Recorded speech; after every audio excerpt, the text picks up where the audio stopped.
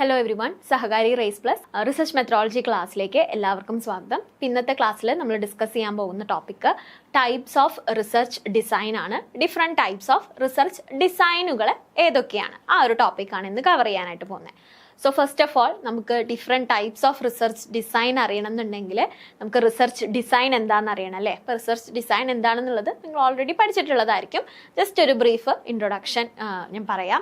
എന്താണ് research design എന്ന് പറഞ്ഞാൽ? സിമ്പിളായിട്ട് പറയുകയാണെങ്കിൽ ബ്ലൂ പ്രിന്റ് അല്ലേ. ബ്ലൂ പ്രിന്റ് എന്താണ്? ബ്ലൂ പ്രിന്റ് എന്ന് പറഞ്ഞു കഴിഞ്ഞാൽ നമ്മൾ എന്താണോ നമ്മൾ ചെയ്യാൻ പോകുന്ന പ്ലാൻ ഓഫ് ആക്ഷൻ അതിനെയാണ്, അല്ലെങ്കിൽ ആ ഒരു പ്ലാനിങ് പ്രോസസ്സാണ്, അല്ലെങ്കിൽ ആ ഒരു പ്ലാനിങ് സ്റ്റേജ് ആണ്, അല്ലെങ്കിൽ ആ ഒരു പ്ലാനിനെയാണ് നമ്മൾ റിസർച്ച് ഡിസൈൻ എന്ന് പറയുന്നത്. നമുക്ക് എല്ലാവർക്കും അറിയാം, if you are fails to plan then you are planning to fail, അങ്ങനെയല്ലേ? അതായത് നമ്മളൊരു കാര്യം പ്ലാൻ ചെയ്യാനായിട്ട് ഫെയിൽ ആവുകയാണെന്നുണ്ടെങ്കിൽ നമ്മൾ എന്താണ്, ഫെയിൽ ആവാൻ വേണ്ടി പ്ലാൻ ചെയ്യുന്നു എന്നുള്ള ഒരു എന്താ പറയുക, വളരെ ഫേമസ് ആയിട്ടുള്ള ഒരു കോട്ട് നിങ്ങൾക്ക് എല്ലാവർക്കും അറിയുന്നുണ്ടാവും. അപ്പം ഇത് എവിടെയും ബാധകമാണ്, റിസർച്ചിലും ഈ ഒരു കാര്യം ആപ്ലിക്കബിൾ ആണ്, അല്ലെങ്കിൽ ഇതൊരു പോസിബിൾ ആയിട്ടുള്ള കാര്യമാണ്. അതായത് ആസ് എ റിസർച്ചർ നമ്മൾ എന്താണ് റിസർച്ച് എന്നുള്ള വർക്കിലൂടെ ചെയ്യാനായിട്ട് ഉദ്ദേശിക്കുന്നത്? ഒരു പെർട്ടിക്കുലർ പ്രോബ്ലം ഉണ്ടായിരിക്കും, ആ ഒരു പ്രോബ്ലത്തിനെ എക്സ്പ്ലോർ ചെയ്ത് അത് സോൾവ് ചെയ്യാൻ വേണ്ടിയിട്ട് എന്താണ് ചെയ്യേണ്ടത്, അല്ലെങ്കിൽ ഒരു നമുക്കൊരു അൺനോൺ ആയിട്ടുള്ള ഒരു നോളജ് ഉണ്ടെങ്കിൽ അത് ഗെയിൻ ചെയ്യുക, ആ ഒരു പ്രോസസ്സാണല്ലേ റിസർച്ച് എന്ന് പറയുന്നത്. അപ്പം ഇവിടെ എന്താണ്, നമുക്ക് റിസർച്ച് എന്ന് പറയുന്ന ആ ഒരു പ്രോസസ്സ്, ആ ഒരു കണ്ടിന്യൂസ് പ്രോസസ്സ് നമുക്ക് സക്സസ്ഫുള്ളി കമ്മിറ്റഡ് ചെയ്യണമെങ്കിൽ, അല്ലെങ്കിൽ സക്സസ്ഫുള്ളി കംപ്ലീറ്റ് ചെയ്യണം എന്നുണ്ടെങ്കിൽ V need a plan of action or we need A blue print. നമുക്ക് അതിനൊരു ബ്ലൂ പ്രിന്റിൻ്റെ ആവശ്യമുണ്ട്, അല്ലെങ്കിൽ നമുക്ക് അതിനൊരു കൃത്യമായിട്ടുള്ള ഒരു പ്ലാനിൻ്റെ ആവശ്യമുണ്ട്. ആ ഒരു പ്ലാനിനെയാണ് നമ്മൾ റിസർച്ച് ഡിസൈൻ എന്ന് പറയുന്നത്. It is the master plan behind the work we are going to do. നമ്മൾ എന്താണോ ഒരു വർക്ക് ചെയ്യാനായിട്ട് പോകുന്നത്, റിസർച്ച് എന്ന് പറയുന്ന ആ ഒരു വർക്ക് നമ്മൾ സ്റ്റാർട്ട് ചെയ്യുമ്പോൾ തന്നെ നമുക്ക് എന്താണ് കൃത്യമായിട്ടുള്ള ഒരു ധാരണ വേണം, എന്തൊക്കെയാണ് നമ്മുടെ സ്റ്റെപ്പ്, എന്തൊക്കെയാണ് നമ്മൾ ചെയ്യാൻ പോകുന്നത് ആസ് എ റിസർച്ചർ. ആ ഒരു കാര്യത്തിനെയാണ് നമ്മൾ എന്ത് പറയുന്നത്, റിസർച്ച് ഡിസൈൻ എന്ന് പറയുന്നത്. ക്ലിയർ ആയെന്ന് വിചാരിക്കുന്നു. അപ്പോൾ എന്താണ് research design? It is the blue print of the research work. നമ്മൾ ചെയ്യാൻ പോകുന്ന റിസർച്ച് വർക്കിന്റെ ബ്ലൂ പ്രിന്റ്, മാസ്റ്റർ പ്ലാൻ എന്നൊക്കെ നമുക്ക് പറയാനായിട്ട് സാധിക്കും. Research design is a comprehensive plan of the series of operations that a researcher intends to carry out accomplish the research objective. Research objective accomplish ചെയ്യുന്നതിന് വേണ്ടിയിട്ട് റിസർച്ചർ ക്യാരി ഔട്ട് ചെയ്യുന്ന series of ഓപ്പറേഷൻസിനെയാണ് നമ്മൾ research design എന്ന് പറയുന്നത്. And it will explain how the research project will be executed. എങ്ങനെയാണ് നമ്മൾ ആ ഒരു പെർട്ടിക്കുലർ റിസർച്ച് ചെയ്യാനായിട്ട് പോകുന്നത്, എങ്ങനെയാണ് നമ്മളത് എക്സിക്യൂട്ട് ചെയ്യാനായിട്ട് പോകുന്നത്. ഇപ്പോൾ സപ്പോസ് ഞാൻ പഠിക്കാൻ പോകുന്നത് human behaviour regarding price change. ഒരു പെർട്ടിക്കുലർ പ്രോഡക്റ്റിൻ്റെ പ്രൈസ് ചേഞ്ചസിനോട് എങ്ങനെയാണ് ഹ്യൂമൻ ബീയിങ്സ് ബിഹേവ് ചെയ്യുന്നത്, അവരുടെ ആറ്റിറ്റ്യൂഡ് എങ്ങനെയാണ്, ഇതാണ് എൻ്റെ പ്രോബ്ലം, അല്ലെങ്കിൽ ഇതാണ് ഞാൻ എൻ്റെ റിസർച്ച് ടോപ്പിക്കായിട്ട് എടുക്കുന്നതെന്നുണ്ടെങ്കിൽ I need a plan of action. ഞാൻ ആരേനൊക്കെയാണ് ഈ ഒരു സ്റ്റഡിയിൽ ഇൻക്ലൂഡ് ചെയ്യാൻ പോകുന്നത്, എന്തൊക്കെ കാര്യങ്ങളാണ് ഞാൻ അവരോട് സംസാരിക്കാനായിട്ട് പോകുന്നത്, അതിൽ എന്തൊക്കെ ക്വസ്റ്റ്യൻസ് ആണ് ഇൻക്ലൂഡ് ചെയ്യാനായിട്ട് പോകുന്നത്, എങ്ങനെ ഞാൻ ഇവരെ ഈ ഹ്യൂമൻ ബീയിങ്സിനെ കളക്ട് ചെയ്യും, അല്ലെങ്കിൽ എങ്ങനെ അവരുടെ കയ്യിൽ നിന്ന് ഡാറ്റ കളക്ട് ചെയ്യും, എങ്ങനെ കളക്ട് ചെയ്ത ഡാറ്റയെ പ്രോസസ്സ് ചെയ്യും. ഈ പറയുന്ന എല്ലാ സ്റ്റേജസിനെ കുറിച്ചിട്ടും ഞാൻ എന്തായിരിക്കണം, പ്ലാൻഡ് ആയിരിക്കണം. ആ ഒരു പ്ലാനിങ് പ്രോസസ്സാണ് റിസർച്ച് ഡിസൈൻ എന്ന് പറയുന്നത്. It includes what is the research problem, what are the objectives of the study, what are the research questions and the proposed hypothesis, period of study, how and from what sources the data is need to be collected, how the data will be processed or analyzed and how will be the findings be reported. ഈ പറയുന്ന എല്ലാ സ്റ്റേജസും included ആയിട്ടുള്ള ഒരു എന്താണ് പ്രോസസ്സാണ് research design. അതായത് എന്തിനെക്കുറിച്ച് നമ്മൾ പഠിക്കാൻ പോകുന്നു, എന്താണ് നമ്മുടെ ഒബ്ജക്റ്റീവ്, എന്താണ് നമ്മൾ ആ ഒരു സ്റ്റഡിയുടെ എയിം എന്ന് പറയുന്നത്, അല്ലെങ്കിൽ എന്താണ് നമ്മൾ ആ ഒരു സ്റ്റഡി കൊണ്ട് ഉദ്ദേശിക്കുന്നത്. ഞാൻ നേരത്തെ പറഞ്ഞ എക്സാമ്പിൾ എന്താണ്, പ്രൈസിൽ വരുന്ന ചേഞ്ചസിനനുസരിച്ച് എങ്ങനെ ഹ്യൂമൻ ബീയിങ്സ് അതിനോട് റെസ്പോണ്ട് ചെയ്യുന്നു, പോസിറ്റീവായിട്ടാണോ റെസ്പോണ്ട് ചെയ്യുന്നത്, നെഗറ്റീവായിട്ടാണോ റെസ്പോണ്ട് ചെയ്യുന്നത്. അപ്പോൾ അവിടെ എനിക്കൊരു പെർട്ടിക്കുലർ ഒബ്ജക്റ്റീവ് ഉണ്ടല്ലേ. അപ്പോൾ ആ ഒരു ഒബ്ജക്റ്റീവ് എന്താണ്, അതേപോലെ തന്നെ എന്താണ് എൻ്റെ പ്രൊപ്പോസ്ഡ് ഹൈപ്പോത്തസിസ് എന്ന് പറഞ്ഞാൽ എന്താണ്, അസംഷൻ അല്ലേ, നമ്മുടെ ടെൻറ്റേറ്റീവ് ആയിട്ടുള്ള ഒരു സ്റ്റേറ്റ്മെന്റ് അല്ലെങ്കിൽ നമ്മുടെ റിസൾട്ടിനെ കുറിച്ചിട്ടുള്ള അസംഷനെയാണ് നമ്മൾ ഹൈപ്പോത്തസിസ് എന്ന് പറയുന്നത്. അപ്പോൾ എന്തായിരിക്കും അവിടുത്തെ ഹൈപ്പോത്തസിസ്, എന്താണ് എൻ്റെ പീരിയഡ് ഓഫ് സ്റ്റഡി, എത്ര സമയം കൊണ്ടാണ് ഞാൻ ഈ ഒരു വർക്ക് കംപ്ലീറ്റ് ചെയ്യാനായിട്ട് പോകുന്നത്, and how from what sources the data is need to be collected, ആരിൽ നിന്ന് എങ്ങനെയാണ് ഞാൻ ഈ ഡാറ്റ കളക്ട് ചെയ്യാൻ പോകുന്നത്. ഇപ്പോൾ ഹ്യൂമൻ ബീയിങ്സ് റിലേറ്റഡ് ആയിട്ടുള്ള സ്റ്റഡി ആണെങ്കിൽ അതിൽ തന്നെ എല്ലാ ഹ്യൂമൻ ബീയിങ്സിനെ എനിക്ക് ഇൻക്ലൂഡ് ചെയ്യാൻ പറ്റുമോ, ഇല്ല. ചിലപ്പോൾ പെർട്ടിക്കുലർ ഏജ് കാറ്റഗറി ആയിരിക്കാം, ചിലപ്പോൾ പെർട്ടിക്കുലർ റീജിയൻ കാറ്റഗറി ആയിരിക്കാം, ചിലപ്പോൾ പെർട്ടിക്കുലർ ജെൻഡർ കാറ്റഗറി ആയിരിക്കാം. അപ്പം അങ്ങനെ ഓരോ എന്താ പറയുക റിസർച്ചിനനുസരിച്ച് അതിൻ്റെ ഓരോ ഫീച്ചേഴ്സ് ഉണ്ടായിരിക്കും അല്ലേ. അപ്പം അതിനെക്കുറിച്ച് എനിക്കൊരു ധാരണ ഉണ്ടാവണം. ഈ കളക്ട് ചെയ്ത ഡാറ്റേനെ എങ്ങനെ അനലൈസ് ചെയ്യും, എങ്ങനെ റിപ്പോർട്ട് ചെയ്യും, ആ ഒരു എൻറ്റയർ റിസർച്ച് പ്രോസസ്സിനെ കുറിച്ചിട്ടുള്ള ഒരു പ്ലാൻ വർക്ക്, പ്രീ പ്ലാനിങ് ആണ് റിസർച്ച് ഡിസൈൻ വഴി നമ്മൾ കണ്ടക്ട് ചെയ്യുന്നത്. ഓക്കെ, അപ്പോൾ റിസർച്ച് ഡിസൈൻ എന്താണെന്നുള്ളത് ക്ലിയർ ആയെന്ന് വിചാരിക്കുന്നു. നെക്സ്റ്റ് നമുക്ക് വരുന്നതാണ് types of research design. Research ഡിസൈനിൻ്റെ ഡിഫറെൻറ്റ് ടൈപ്സ്. മെയിനായിട്ട് നമുക്ക് 4 ടൈപ്സ് ആണുള്ളത്: explorative, descriptive, diagnostic and experimental or causal research design. Okay, അപ്പോൾ ഏതൊക്കെയാണ് ഇമ്പോർട്ടൻ്റ് ആയിട്ടുള്ള 4 റിസർച്ച് ഡിസൈൻസ് എന്ന് പറയുന്നത്? ഒന്നാമത്തത് explorative, descriptive, then experimental or diagnostic and experimental. ഈ 4 എണ്ണമാണ് നമ്മുടെ ഇമ്പോർട്ടൻ്റ് ആയിട്ടുള്ള റിസർച്ച് ഡിസൈൻസ് അല്ലെങ്കിൽ ടൈപ്സ് ഓഫ് റിസർച്ച് ഡിസൈൻസ് എന്ന് പറയുന്നത്. 1 by 1 നമുക്ക് നോക്കാം. So the first one is explorative research design. Okay, explorative ആ ഒരു ടേം തന്നെ നോക്കൂ, എക്സ്പ്ലോറേറ്ററി, അതായത് എക്സ്പ്ലോർ ചെയ്യാണ്. അപ്പോൾ യൂഷ്വലി ഇത്തരത്തിലുള്ള റിസർച്ച് നിങ്ങൾ different types of research already cover ചെയ്തിട്ടുണ്ടായിരിക്കും. അപ്പോൾ നിങ്ങൾ ഓൾറെഡി പഠിച്ചിട്ടുള്ളതായിരിക്കും അല്ലേ എക്സ്പ്ലോറേറ്ററി റിസർച്ച് എന്താണെന്നുള്ളത്. അത് തന്നെയാണ് ഇവിടെയും പറയുന്നത്. എന്താണ് എക്സ്പ്ലോറേറ്ററി റിസർച്ച് എന്ന് പറഞ്ഞു കഴിഞ്ഞാൽ നമുക്ക് ലിറ്റിൽ നോളജ് ഉള്ള അല്ലെങ്കിൽ പ്രയർ ആയിട്ടുള്ള എക്സ്പീരിയൻസ് ഇല്ലാത്ത അല്ലെങ്കിൽ അധികം പോപ്പുലർ അല്ലാത്ത അധികം കോമൺ അല്ലാത്ത പുതിയൊരു ഇഷ്യൂ വരികയാണെന്നുണ്ടെങ്കിൽ അതിനെക്കുറിച്ച് നമ്മൾ സ്റ്റഡി നടത്തുകയാണെന്നുണ്ടെങ്കിൽ അത്തരം സ്റ്റഡീസിനെയാണ് നമ്മൾ എക്സ്പ്ലോറേറ്ററി സ്റ്റഡീസ് എന്ന് പറയുന്നത്.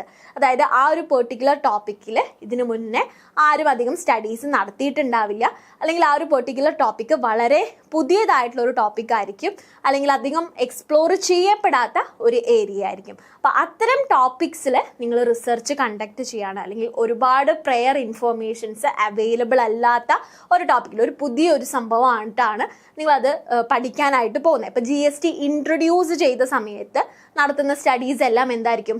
എക്സ്പ്ലോറേറ്ററി സ്റ്റഡീസ് ആയിരിക്കും. കാരണം GST 2017 ഇംപ്ലിമെൻറ്റ് ചെയ്തേ ഉള്ളൂ. ആ 2017 തന്നെ GSTനെ കുറിച്ചൊരു സ്റ്റഡി നടത്തുമ്പോൾ എന്താണ് അവർക്ക് പ്രയർ റെഫറൻസുകൾ ഉണ്ടാവാനായിട്ടുള്ള സാധ്യത വളരെ കുറവായിരിക്കും. അതേപോലെ തന്നെ കോവിഡ് വന്ന ആ ഒരു ടൈം പീരീഡിൽ അതിനെക്കുറിച്ച് സ്റ്റഡി നടത്തി കഴിഞ്ഞാൽ അതൊരു എക്സ്പ്ലോറേറ്ററി സ്റ്റഡിയാണ്. കാരണം അതൊരു പുതിയൊരു ഇവൻ്റ് ആണല്ലേ. അപ്പോൾ അതിനെക്കുറിച്ചിട്ടുള്ള പ്രയർ ഇൻഫർമേഷൻസ് കളക്ട് ചെയ്യുക എന്ന് പറഞ്ഞു കഴിഞ്ഞാൽ ഡിഫിക്കൽട്ടായിട്ടുള്ള.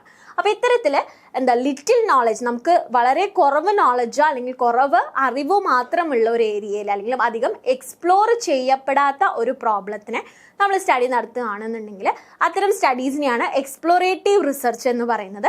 അപ്പോൾ അത്തരത്തിലുള്ള എക്സ്പ്ലോറേറ്ററി ആയിട്ടുള്ള റിസർച്ചുകളെ എങ്ങനെയാണ് നമ്മൾ പ്ലാൻ ചെയ്യേണ്ടത് അല്ലെങ്കിൽ എന്തൊക്കെയാണ് അതിൽ വരുന്ന പ്രോസസ്സ് എന്നുള്ളതാണ് ഇവിടെ നമ്മൾ കവർ ചെയ്യാനായിട്ട് പോകുന്നത്. So exploratory research design is conducted for the research problem when the researcher has no past data or only few studies for the reference. Already നമ്മൾ പറഞ്ഞില്ലേ എന്താണ് ഇത് പുതിയൊരു പ്രോബ്ലം ആയിരിക്കാം അല്ലെങ്കിൽ പുതിയൊരു കാര്യമായിരിക്കാം. അപ്പോൾ അതിനെക്കുറിച്ചിട്ടുള്ള പാസ്റ്റ് ഡാറ്റയോ അല്ലെങ്കിൽ അങ്ങനത്തെ കാര്യങ്ങളൊക്കെ വളരെ റെയറോ അല്ലെങ്കിൽ വളരെ കുറവോ ആയിരിക്കും. അപ്പോൾ അത്തരം സിറ്റുവേഷനിലാണ് നമ്മൾ എക്സ്പ്ലോറേറ്ററി റിസർച്ചിലേക്ക് പോകുന്നത്. Exploratory research is a preliminary study of a new problem about which the researcher has little or no knowledge. എന്താണ് ഒരു പ്രിലിമിനറി സ്റ്റഡി ആയിട്ടാണ് എക്സ്പ്ലോറേറ്റീവിനെ കൺസിഡർ ചെയ്യുക. കാരണം അതിനെക്കുറിച്ചിട്ട് റിസർച്ചർക്കെന്നല്ല ഒരുവിധപ്പെട്ട ആർക്കും എന്തുണ്ടാവാൻ സാധ്യതയില്ല, ഒരു നോളജ് ഉണ്ടാവാനായിട്ടുള്ള സാധ്യത വളരെ കുറവായിരിക്കും. അപ്പോൾ എന്താണ് അതിനൊരു പ്രിലിമിനറി സ്റ്റഡി ആയിട്ടാണ് കൺസിഡർ ചെയ്യുക. നമ്മൾ നേരത്തെ പറഞ്ഞ പോലെ ഇപ്പോൾ 2017 GST ഇംപ്ലിമെൻറ്റ് ചെയ്തു. അപ്പോൾ ആ ഒരു ഇയറിൽ തന്നെ GSTനെ കുറിച്ചിട്ട് സ്റ്റഡി നടത്തുകയാണെന്നുണ്ടെങ്കിൽ അതൊരു എക്സ്പ്ലോറേറ്ററി സ്റ്റഡി ആയിട്ടാണ് കൺസിഡർ ചെയ്യുക. കാരണം എന്താണ് അതൊരു പുതിയ കോൺസെപ്റ്റാണ്. അപ്പോൾ അത് എല്ലാവരും മനസ്സിലാക്കി എടുക്കണം എന്നുണ്ടെങ്കിൽ ഒക്കെ ഒരു ടൈം ആവശ്യമാണ് അല്ലേ. അപ്പോൾ ആ ഒരു പ്രിലിമിനറി സ്റ്റേജിൽ ചില ന്യൂ ഇഷ്യൂസിനെ കുറിച്ച് നമ്മൾ സ്റ്റഡി നടത്തുകയാണെന്നുണ്ടെങ്കിൽ it comes under exploratory research. And the main purpose of exploratory research is the formulation of the problem. Important ആയിട്ടുള്ള കാര്യം, എക്സ്പ്ലോറേറ്ററി റിസർച്ചിൻ്റെ ഒരു ഒബ്ജക്റ്റീവ് എന്ന് പറയുന്നത് എന്താണ്? Formulation of the problem. പ്രോബ്ലത്തിനെ ഫോം ചെയ്യുക എന്നുള്ളതാണ് ഇമ്പോർട്ടൻ്റ് ആയിട്ടുള്ള ഒബ്ജക്റ്റീവ്. കാരണം എന്താണ്, ഇവിടെ നമ്മൾ ഓൾറെഡി പറഞ്ഞു, ഇവിടെ റിസർച്ചർക്ക് തന്നെ ആ ഒരു ടോപ്പിക്കിനെ കുറിച്ചിട്ട് പ്രയർ നോളജോ കാര്യങ്ങളോ ഒന്നും ഉണ്ടായിരിക്കില്ല, അല്ലെങ്കിൽ ആ ഒരു ഏരിയയുമായിട്ട് റിലേറ്റഡ് ആയിട്ടുള്ള പ്രയർ സ്റ്റഡീസും കാര്യങ്ങളും റെഫർ ചെയ്യാൻ മാത്രമുള്ള സ്റ്റഡീസും കാര്യങ്ങളൊക്കെ കുറവായിരിക്കും. അതുകൊണ്ട് തന്നെ എന്താണ്, ആ ഒരു പ്രോബ്ലം വെൽ ഡിഫൈൻഡ് ആയിരിക്കില്ല. അപ്പോൾ ആ ഒരു പ്രോബ്ലത്തിനെ കുറച്ചും കൂടി ഡിഫൈൻഡ് ആക്കുക, ഫോർമുലേറ്റ് ചെയ്യുക, അതിൻ്റെ ബേസിസിൽ ഹൈപ്പോത്തിസിസ്, അസംഷൻസ് ക്രിയേറ്റ് ചെയ്യുക. അതാണ് എന്തുകൊണ്ട് ഉദ്ദേശിക്കുന്നത്, എക്സ്പ്ലോറേറ്ററി റിസർച്ച് കൊണ്ട് മെയിനായിട്ട് ഉദ്ദേശിക്കുന്നത്.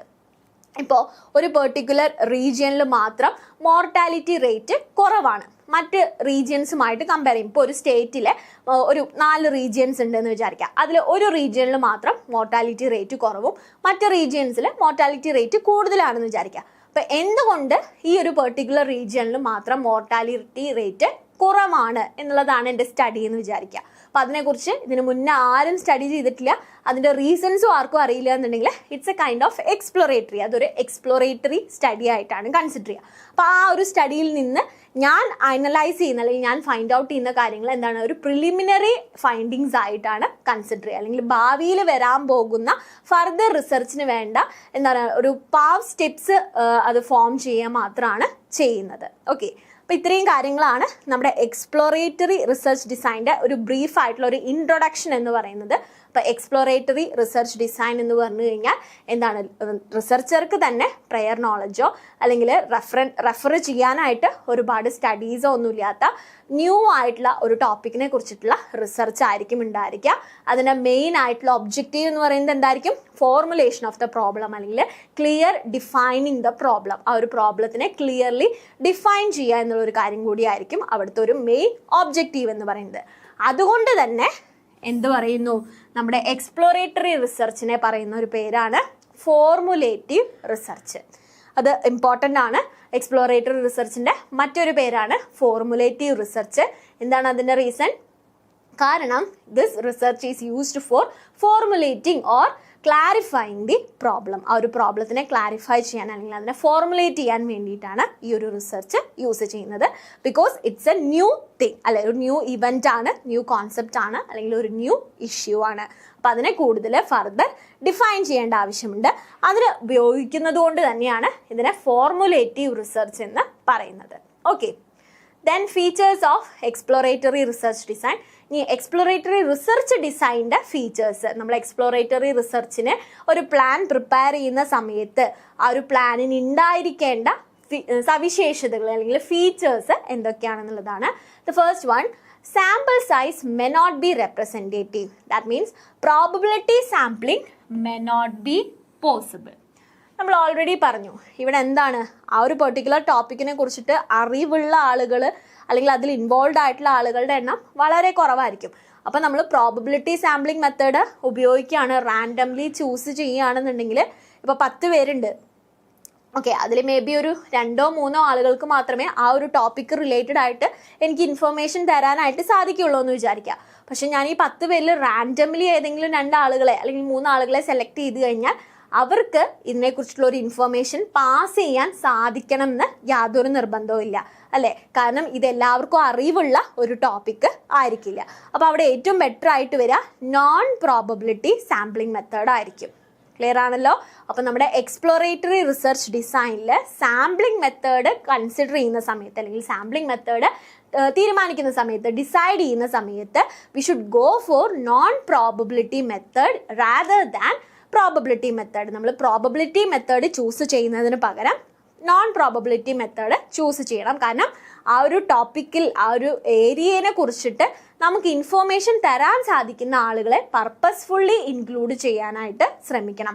അതിന് പകരം നമ്മൾ പ്രോബബിലിറ്റിയിലേക്ക് പോവുകയാണെങ്കിൽ റാൻഡം സെലക്ഷൻ നമ്മളെ ഈ ഒരു കേസിൽ ഹെൽപ്പ് ചെയ്യാനായിട്ടുള്ള സാധ്യത വളരെ കുറവാണ്. ക്ലിയർ ആയെന്ന് വിചാരിക്കുന്നു. ഫസ്റ്റ് ഫീച്ചർ എന്താണ് എക്സ്പ്ലോറേറ്ററി ഡിസൈനിലെ നോൺ പ്രോബബിലിറ്റി സാമ്പിളിംഗ് ആണ് ഇവിടെ സ്യൂട്ടബിൾ ആയിട്ടുള്ള സാമ്പിളിംഗ് മെത്തേഡ് എന്ന് പറയുന്നത്. ഓക്കെ, രണ്ടാമത്തെ എന്താണ് പറയുന്നത്, tries to answer basic questions further research expected. അപ്പോൾ എക്സ്പ്ലോറേറ്ററി റിസർച്ച് കൊണ്ട് ഉദ്ദേശിക്കുന്നത് നമ്മൾ നേരത്തെ പറഞ്ഞത് ഒരു പ്രിലിമിനറി സ്റ്റഡിയാണ്. കാരണം ആ ഒരു കാര്യം ഇവന്റ് നടന്ന് ഒരു പുതിയൊരു സംഭവമായിട്ടാണ് ആ ഒരു ഇവന്റ് വരുന്നത്. അപ്പോൾ അതുകൊണ്ട് തന്നെ അതിനെക്കുറിച്ചിട്ടുള്ള സ്റ്റഡി എന്ന് പറഞ്ഞു കഴിഞ്ഞാൽ പ്രിലിമിനറി സ്റ്റഡി ആയിട്ടാണ് അതിനെ കൺസിഡർ ചെയ്യുന്നതും. അതുകൊണ്ട് തന്നെ ഫ്യൂച്ചറിൽ റിസർച്ചിലേക്ക് വേണ്ട എന്താ പറയുക ഒരു ഡോർ ഓപ്പൺ ചെയ്യുക എന്നുള്ളതാണ് എക്സ്പ്ലോറേറ്ററി റിസർച്ചിൻ്റെ മെയിൻ ഒബ്ജക്റ്റീവ്. അപ്പോൾ ഭാവിയിൽ ആ ഒരു ടോപ്പിക്കിനെ കുറിച്ചിട്ട് മറ്റു റിസർച്ചേഴ്സ് സ്റ്റഡി ചെയ്യുന്ന സമയത്ത് അവർക്ക് ഹെൽപ്ഫുൾ ആവുക എന്നുള്ളൊരു ഉദ്ദേശം കൂടിയായിരിക്കണം നമ്മുടെ എന്തിനുണ്ടാവേണ്ടത്, എക്സ്പ്ലോറേറ്ററി റിസർച്ചിന് ഉണ്ടാവേണ്ടത്. So next one, no set of rules or standards to carry out the research എന്നാണ് പറയുന്നത്. ഇവിടെ ഈ ഒരു എക്സ്പ്ലോറേറ്ററി റിസർച്ച് ക്യാരി ഔട്ട് ചെയ്യുന്നതിന് ഒരു സെറ്റ് ഓഫ് റൂൾസിൻ്റെയോ സ്റ്റാൻഡേർഡ്സിൻ്റെയോ ആവശ്യമില്ല. കാരണം എന്താണ്, നമുക്ക് വളരെ റിജിഡായിട്ട് അല്ലെങ്കിൽ വളരെയധികം പ്ലാനോട് കൂടിയിട്ട് ഇത്തരത്തിലുള്ള റിസർച്ച് കണ്ടക്ട് ചെയ്യാന്ന് പറഞ്ഞു കഴിഞ്ഞാൽ ബുദ്ധിമുട്ടായിരിക്കും. അതായത് ഇന്ന ആളുകൾ മാത്രം, ഇന്ന രീതിയിൽ മാത്രം എന്നും ആ ഒരു വളരെ റിജിഡായിട്ട് നമ്മൾ പോയി കഴിഞ്ഞ് കഴിഞ്ഞാൽ ഈ എക്സ്പ്ലോറേറ്ററി റിസർച്ചിൽ നമുക്ക് ഇൻഫർമേഷൻസ് ഡാറ്റ കളക്ട് ചെയ്യാൻ ബുദ്ധിമുട്ടായിരിക്കും. കാരണം എന്താണ്, ഇതൊരു പുതിയ കോൺസെപ്റ്റ് ആണ് അല്ലേ. അപ്പം നമുക്ക് പല രീതിയിൽ, ചിലപ്പോൾ അൺകൺവെൻഷണൽ ആയിട്ടുള്ള രീതിയിൽ വരെ നമുക്ക് സെർച്ച് ചെയ്താൽ മാത്രമേ നമ്മൾ ഉദ്ദേശിക്കുന്ന ഒരു റിസൾട്ട് കിട്ടി എന്ന് വരുള്ളൂ. അപ്പോൾ അവിടെ നമ്മൾ വളരെ റിജിഡ് ആയിട്ടുള്ള അല്ലെങ്കിൽ സ്റ്റാൻഡേർഡൈസ്ഡ് മെത്തേഡ് മാത്രമേ ഫോളോ ചെയ്യുമെന്ന് പറഞ്ഞു കഴിഞ്ഞാൽ നമുക്ക് ചിലപ്പോൾ നമ്മൾ ഉദ്ദേശിച്ച ആ ഒരു റിസൾട്ട് കിട്ടാനായിട്ടുള്ള സാധ്യത കുറവാണ്. കാരണം ഇത് വളരെ അൺപോപ്പുലർ ആയിട്ടുള്ള ടോപ്പിക്കുകളിലാണ് നമ്മൾ എക്സ്പ്ലോറേറ്ററി റിസർച്ച് യൂസ് ചെയ്യുന്നത് അല്ലേ. വളരെ ലിറ്റിൽ നോളജ്, റിസർച്ചർക്ക് തന്നെ ലിറ്റിൽ നോളജോ നോ നോളജോ ആയിട്ടുള്ള ടോപ്പിക്കുകളായിരിക്കും. അപ്പോൾ അവിടെ ഒരിക്കലും നമുക്കൊരു സ്റ്റാൻഡേർഡൈസ്ഡ് ആയിട്ടുള്ള മെത്തേഡോ റിജിഡ് ആയിട്ടുള്ള ഒരു മെത്തേഡോ ഫോളോ ചെയ്ത് കഴിഞ്ഞാൽ നമ്മൾ ഉദ്ദേശിക്കുന്ന ഒരു റിസൾട്ട് കിട്ടില്ല. അപ്പം അതുകൊണ്ട് തന്നെ there will be no set of rules or standards. ഈ ഒരു എക്സ്പ്ലോറേറ്ററി റിസർച്ച് ക്യാരി ഔട്ട് ചെയ്യുന്നതിന് ഒരു സെറ്റ് ഓഫ് റൂൾസോ സ്റ്റാൻഡേർഡ്സോ ഫിക്സ് ചെയ്യാതിരിക്കുന്നതാണ് ഏറ്റവും better. And no pre planned statistical design possible. നമുക്ക് പ്രീ പ്ലാൻഡ് ആയിട്ട് സ്റ്റാറ്റിസ്റ്റിക്കൽ ഡിസൈനും നമുക്കിവിടെ പോസിബിൾ അല്ല. അപ്പോഴത്തെ സാഹചര്യങ്ങൾക്കനുസരിച്ച് അപ്പോഴത്തെ ഒബ്ജക്റ്റീവിന് സാറ്റിസ്ഫൈ ചെയ്യാൻ പറ്റുന്നത് ഏതാണോ അതായിരിക്കും നമുക്ക് ഫോളോ ചെയ്യേണ്ടി വരിക. കാരണം നമ്മൾ ഉദ്ദേശിച്ച പോലെ ചിലപ്പോൾ നമുക്ക് ഇൻഫർമേഷൻ കിട്ടണം എന്നില്ല, അല്ലെങ്കിൽ നമ്മൾ ഉദ്ദേശിക്കാത്ത ഇൻഫർമേഷൻസ് കിട്ടിയെന്ന് വരാം. അപ്പോൾ അതിനനുസരിച്ച് നമ്മുടെ സ്റ്റാറ്റിസ്റ്റിക്കൽ മെത്തേഡിൽ നമുക്ക് ചേഞ്ച് ചെയ്യേണ്ടതായിട്ട് വരും. അപ്പോൾ അവിടെ നമുക്ക് എന്താണ്, ഒരു പ്രീ പ്ലാൻഡ് ആയിട്ട് അല്ലെങ്കിൽ ഒരു റിജിഡ് ആയിട്ടുള്ള ഒരു സ്റ്റാറ്റിസ്റ്റിക്കൽ ഡിസൈൻ ഇല്ലാതിരിക്കുന്നതാണ് ബെറ്റർ എന്നാണ് പറയുന്നത്. And inbuilt flexibility in research design is needed. നമ്മൾ നേരത്തെ പറഞ്ഞ നമ്മുടെ ഈ ഒരു ഫീച്ചറിൻ്റെ ജസ്റ്റ് ഓപ്പോസിറ്റ് ആണ് ഇവിടെ പറയുന്നത് അല്ലേ. ഇൻബിൽറ്റ് ഫ്ലെക്സിബിലിറ്റി എന്തായിരിക്കണം, എക്സ്പ്ലോറേറ്ററി റിസർച്ച് എന്ന് പറയുന്നത് കംപ്ലീറ്റ്ലി ഫ്ലെക്സിബിൾ ആയിരിക്കണം.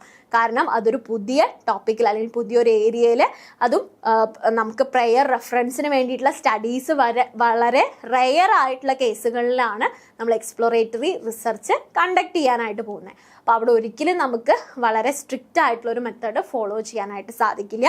ഫ്ലെക്സിബിൾ ആണെങ്കിൽ മാത്രമേ നമുക്ക് നമ്മൾ ഉദ്ദേശിക്കുന്ന രീതിയിൽ ആ ഒരു റിസർച്ച് കണ്ടക്ട് ചെയ്യാനും അതുകൊണ്ട് യൂസ്ഫുൾ ആയിട്ടുള്ള ഒരു ഔട്ട്കം ഉണ്ടാക്കാനായിട്ടും സാധിക്കുള്ളൂ. അപ്പോൾ ഇപ്പോഴും എന്തായിരിക്കണം, ഫ്ലെക്സിബിൾ ആയിരിക്കണം എക്സ്പ്ലോറേറ്ററി റിസർച്ച് ഡിസൈൻ എന്ന് പറയുന്നത്. പ്രീ പ്ലാൻഡ് ആയിട്ട് ഉള്ള കാര്യങ്ങളെ മാക്സിമം അവോയ്ഡ് ചെയ്യുന്നതാണ് എക്സ്പ്ലോറേറ്ററി റിസർച്ചിലെ ഏറ്റവും ബെറ്റർ ആയിട്ടുള്ളൊരു കാര്യം എന്ന് പറയുന്നത്. ക്ലിയർ ആയെന്ന് വിചാരിക്കുന്നു.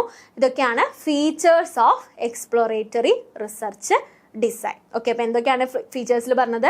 നോൺ പ്രോബബിലിറ്റി സാമ്പിളിംഗ് മെത്തേഡാണ് ഏറ്റവും അപ്രോപ്രിയേറ്റ് ആയിട്ട് വരിക. അതേപോലെ തന്നെ ഫർദർ റിസർച്ചിന് വേണ്ട ആൻസേഴ്സ് കണ്ടുപിടിക്കുക എന്നുള്ളതാണ്. കാരണം ഇതൊരു പ്രിലിമിനറി സ്റ്റഡി ആയിട്ടാണ് കൺസിഡർ ചെയ്യുന്നത്. ഫ്ലെക്സിബിൾ ആയിരിക്കണം, set of rules and standards avoid ചെയ്യണം.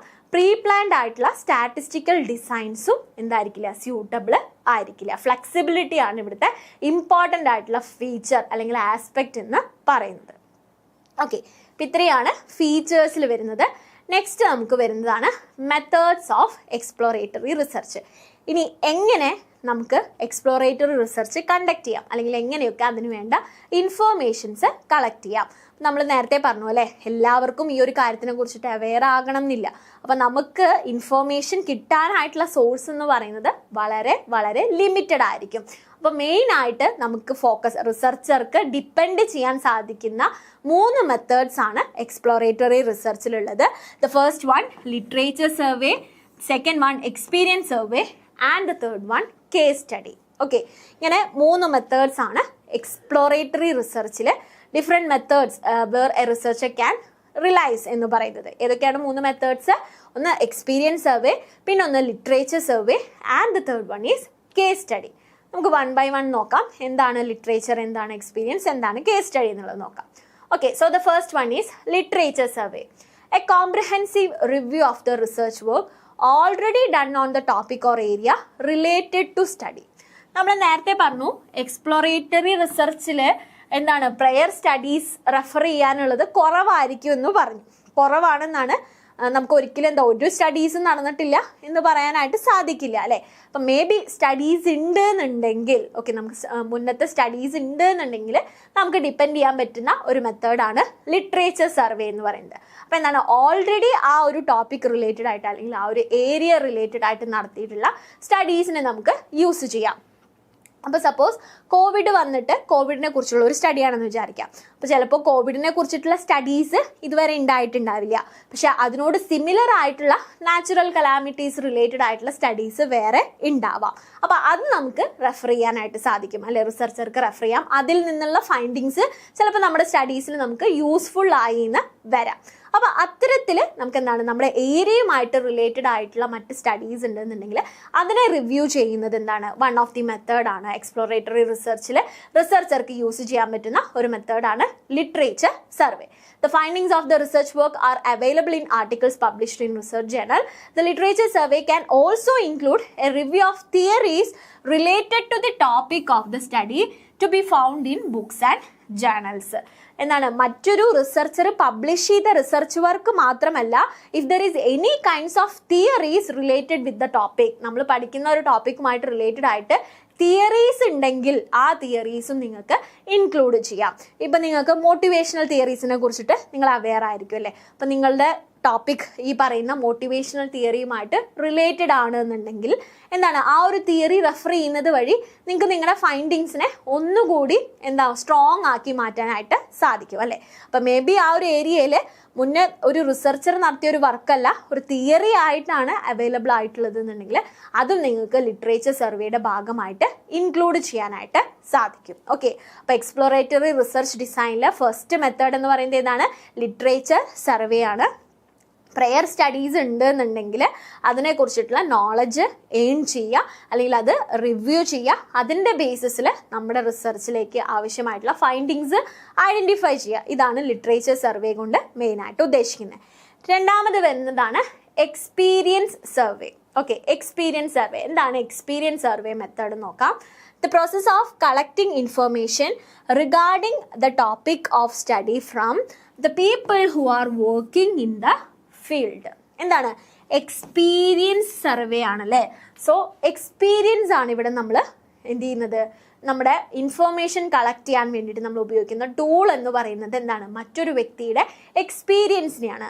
അതായത് ഞാൻ ഏത് ടോപ്പിക്കിലാണോ റിസർച്ച് ചെയ്യുന്നത് ആ ഒരു ടോപ്പിക്കിൽ എക്സ്പീരിയൻസ്ഡ് ആയിട്ടുള്ള ഒരു വ്യക്തിനെ, who are working in the field, ആരാണോ ആ ഒരു ഫീൽഡിൽ വർക്ക് ചെയ്യുന്നത്, അല്ലെങ്കിൽ ആരാണോ ആ ഒരു ടോപ്പിക്കിനെ കുറിച്ചിട്ട് നോളജബിൾ ആയിട്ടുള്ള ഒരു വ്യക്തി, അല്ലെങ്കിൽ ആർക്കാണോ ആ ഒരു ടോപ്പിക്കിനെ കുറിച്ചിട്ട് എക്സ്പീരിയൻസ് ഉള്ളത്, അവരിൽ നിന്ന് ഇൻഫർമേഷൻസ് കളക്ട് ചെയ്യാം. ഇപ്പം ഞാൻ എൻ്റെ ഇപ്പോൾ ഒരു പെർട്ടിക്കുലർ സ്ഥലത്ത് നടന്ന മർഡർ കേസിനെ കുറിച്ചിട്ടാണ് എൻ്റെ സ്റ്റഡി എന്ന് വിചാരിക്കാം. ഓക്കെ, ഒരു പെർട്ടിക്കുലർ സ്ഥലത്ത് നടന്ന മർഡർ കേസിനെ കുറിച്ചിട്ടാണ് സ്റ്റഡി എന്നുണ്ടെങ്കിൽ ഞാൻ ആദ്യം ആരെയും ആയിരിക്കും അപ്രോച്ച് ചെയ്യുക, ആ ഒരു കേസ് അന്വേഷിച്ച് പോലീസുകാരനെ ആയിരിക്കും അല്ലേ. അപ്പം അദ്ദേഹത്തിൻ്റെ എക്സ്പീരിയൻസ് എനിക്ക് അവിടെ റെലവൻ്റ് ആണ്. അല്ലെങ്കിൽ ആ ഒരു കേസുമായിട്ട് റിലേറ്റഡ് ആയിട്ട് വരുന്ന മറ്റ് വ്യക്തികൾ, അല്ലെങ്കിൽ ആ ഒരു സെയിം ഫീൽഡിൽ ഇപ്പോൾ ഒരു ഫോറൻസിക് സർജൻ, എനിക്ക് ഫോറൻസിക് ഡീറ്റെയിൽസ് അറിയണമെന്നുണ്ടെങ്കിൽ മേ ബി ഒരു ഫോറൻസിക് സർജന് എന്നെ ഹെൽപ്പ് ചെയ്യാൻ സാധിക്കുമായിരിക്കും അല്ലേ. അപ്പോൾ ആ ഒരു ടോപ്പിക്കുമായിട്ട് റിലേറ്റഡ് ആയിട്ട് ആർക്കൊക്കെയാണോ എക്സ്പീരിയൻസ് ഉള്ളത് ആ വ്യക്തികളുടെ കയ്യിൽ നിന്ന് ഇൻഫർമേഷൻസ് കളക്ട് ചെയ്യുന്ന ഒരു മെത്തേഡിനെയാണ് നമ്മൾ എക്സ്പീരിയൻസ് സർവേ എന്ന് പറയുന്നത്. The knowledge gained by such people through the personal experience can be assessed by the researcher through a survey. എന്താണ്, ആ ഒരു എക്സ്പീരിയൻസ്ഡ് ആയിട്ടുള്ള വ്യക്തി അദ്ദേഹത്തിൻ്റെ പേഴ്സണൽ എക്സ്പീരിയൻസ് വഴി ഏൺ ചെയ്തിട്ടുള്ള ആ ഒരു നോളജിനെ നമുക്ക് എന്താണ്, ഒരു സർവേ ഉപയോഗിച്ച് നമുക്ക് റിസർച്ചറിന് ആ ഒരു നോളജ് ഷെയർ ചെയ്യപ്പെടാനായിട്ടുള്ള ആ ഒരു ഓപ്പർച്യൂണിറ്റി ഇവിടെ കിട്ടുകയാണ് ചെയ്യുന്നത്. അപ്പം ഞാൻ നേരത്തെ പറഞ്ഞ കേസിൽ എനിക്ക് ആ ഒരു മർഡർ കേസിനെ കുറിച്ചിട്ട് അറിയണമെന്നുണ്ടെങ്കിൽ അതിൻ്റെ ആദ്യം തൊട്ടുള്ള കാര്യങ്ങളെ കുറിച്ചിട്ട് ഒരു നോളജ് ഉണ്ടാവണം അല്ലേ. അപ്പം അതിന് ചിലപ്പോൾ ആ ഒരു കേസ് അന്വേഷിച്ച ഒരു പോലീസ് ഉദ്യോഗസ്ഥന് എന്നെ ഹെൽപ്പ് ചെയ്യാനായിട്ട് സാധിക്കും. കാരണം അദ്ദേഹത്തിന് ആ ഒരു ഫീൽഡിൽ തന്നെ ഒരുപാട് എക്സ്പീരിയൻസ് ഉണ്ട്. അതുമാത്രമല്ല ആ ഒരു പെർട്ടിക്കുലർ കേസ് അദ്ദേഹമാണ് കൈകാര്യം ചെയ്തിട്ടുണ്ടാവുക അല്ലേ. അപ്പം ഞാൻ എന്താ പറയുക, പബ്ലിക്കലി അവെയർ അല്ലാത്ത പല കാര്യങ്ങളും ചിലപ്പോൾ പേഴ്സണലി അദ്ദേഹത്തിന് അറിയുന്നുണ്ടാവും. അപ്പോൾ ആ ഒരു ഇൻഫർമേഷൻസ് ഒക്കെ എനിക്ക് ഗ്യാദർ ചെയ്യുന്നതിന് ത്രൂ ആൻ എക്സ്പീരിയൻസ് സർവേ സാധിക്കും. ഓക്കെ, അപ്പോൾ അതാണ് എക്സ്പീരിയൻസ് സർവേയിൽ വരുന്നത്. The purpose of the experience survey would be to gather and synthesize the experience of the people working in the field. എന്താണ്, ആ ഒരു പെർട്ടിക്കുലർ ഫീൽഡിൽ വർക്ക് ചെയ്യുന്ന ആളുകളുടെ എക്സ്പീരിയൻസിനെ ഗ്യാദർ ചെയ്യുക എന്നുള്ളതാണ് ഇതിൻ്റെ ഒരു purpose. These experience can be source of useful insights in to the phenomenon being explored.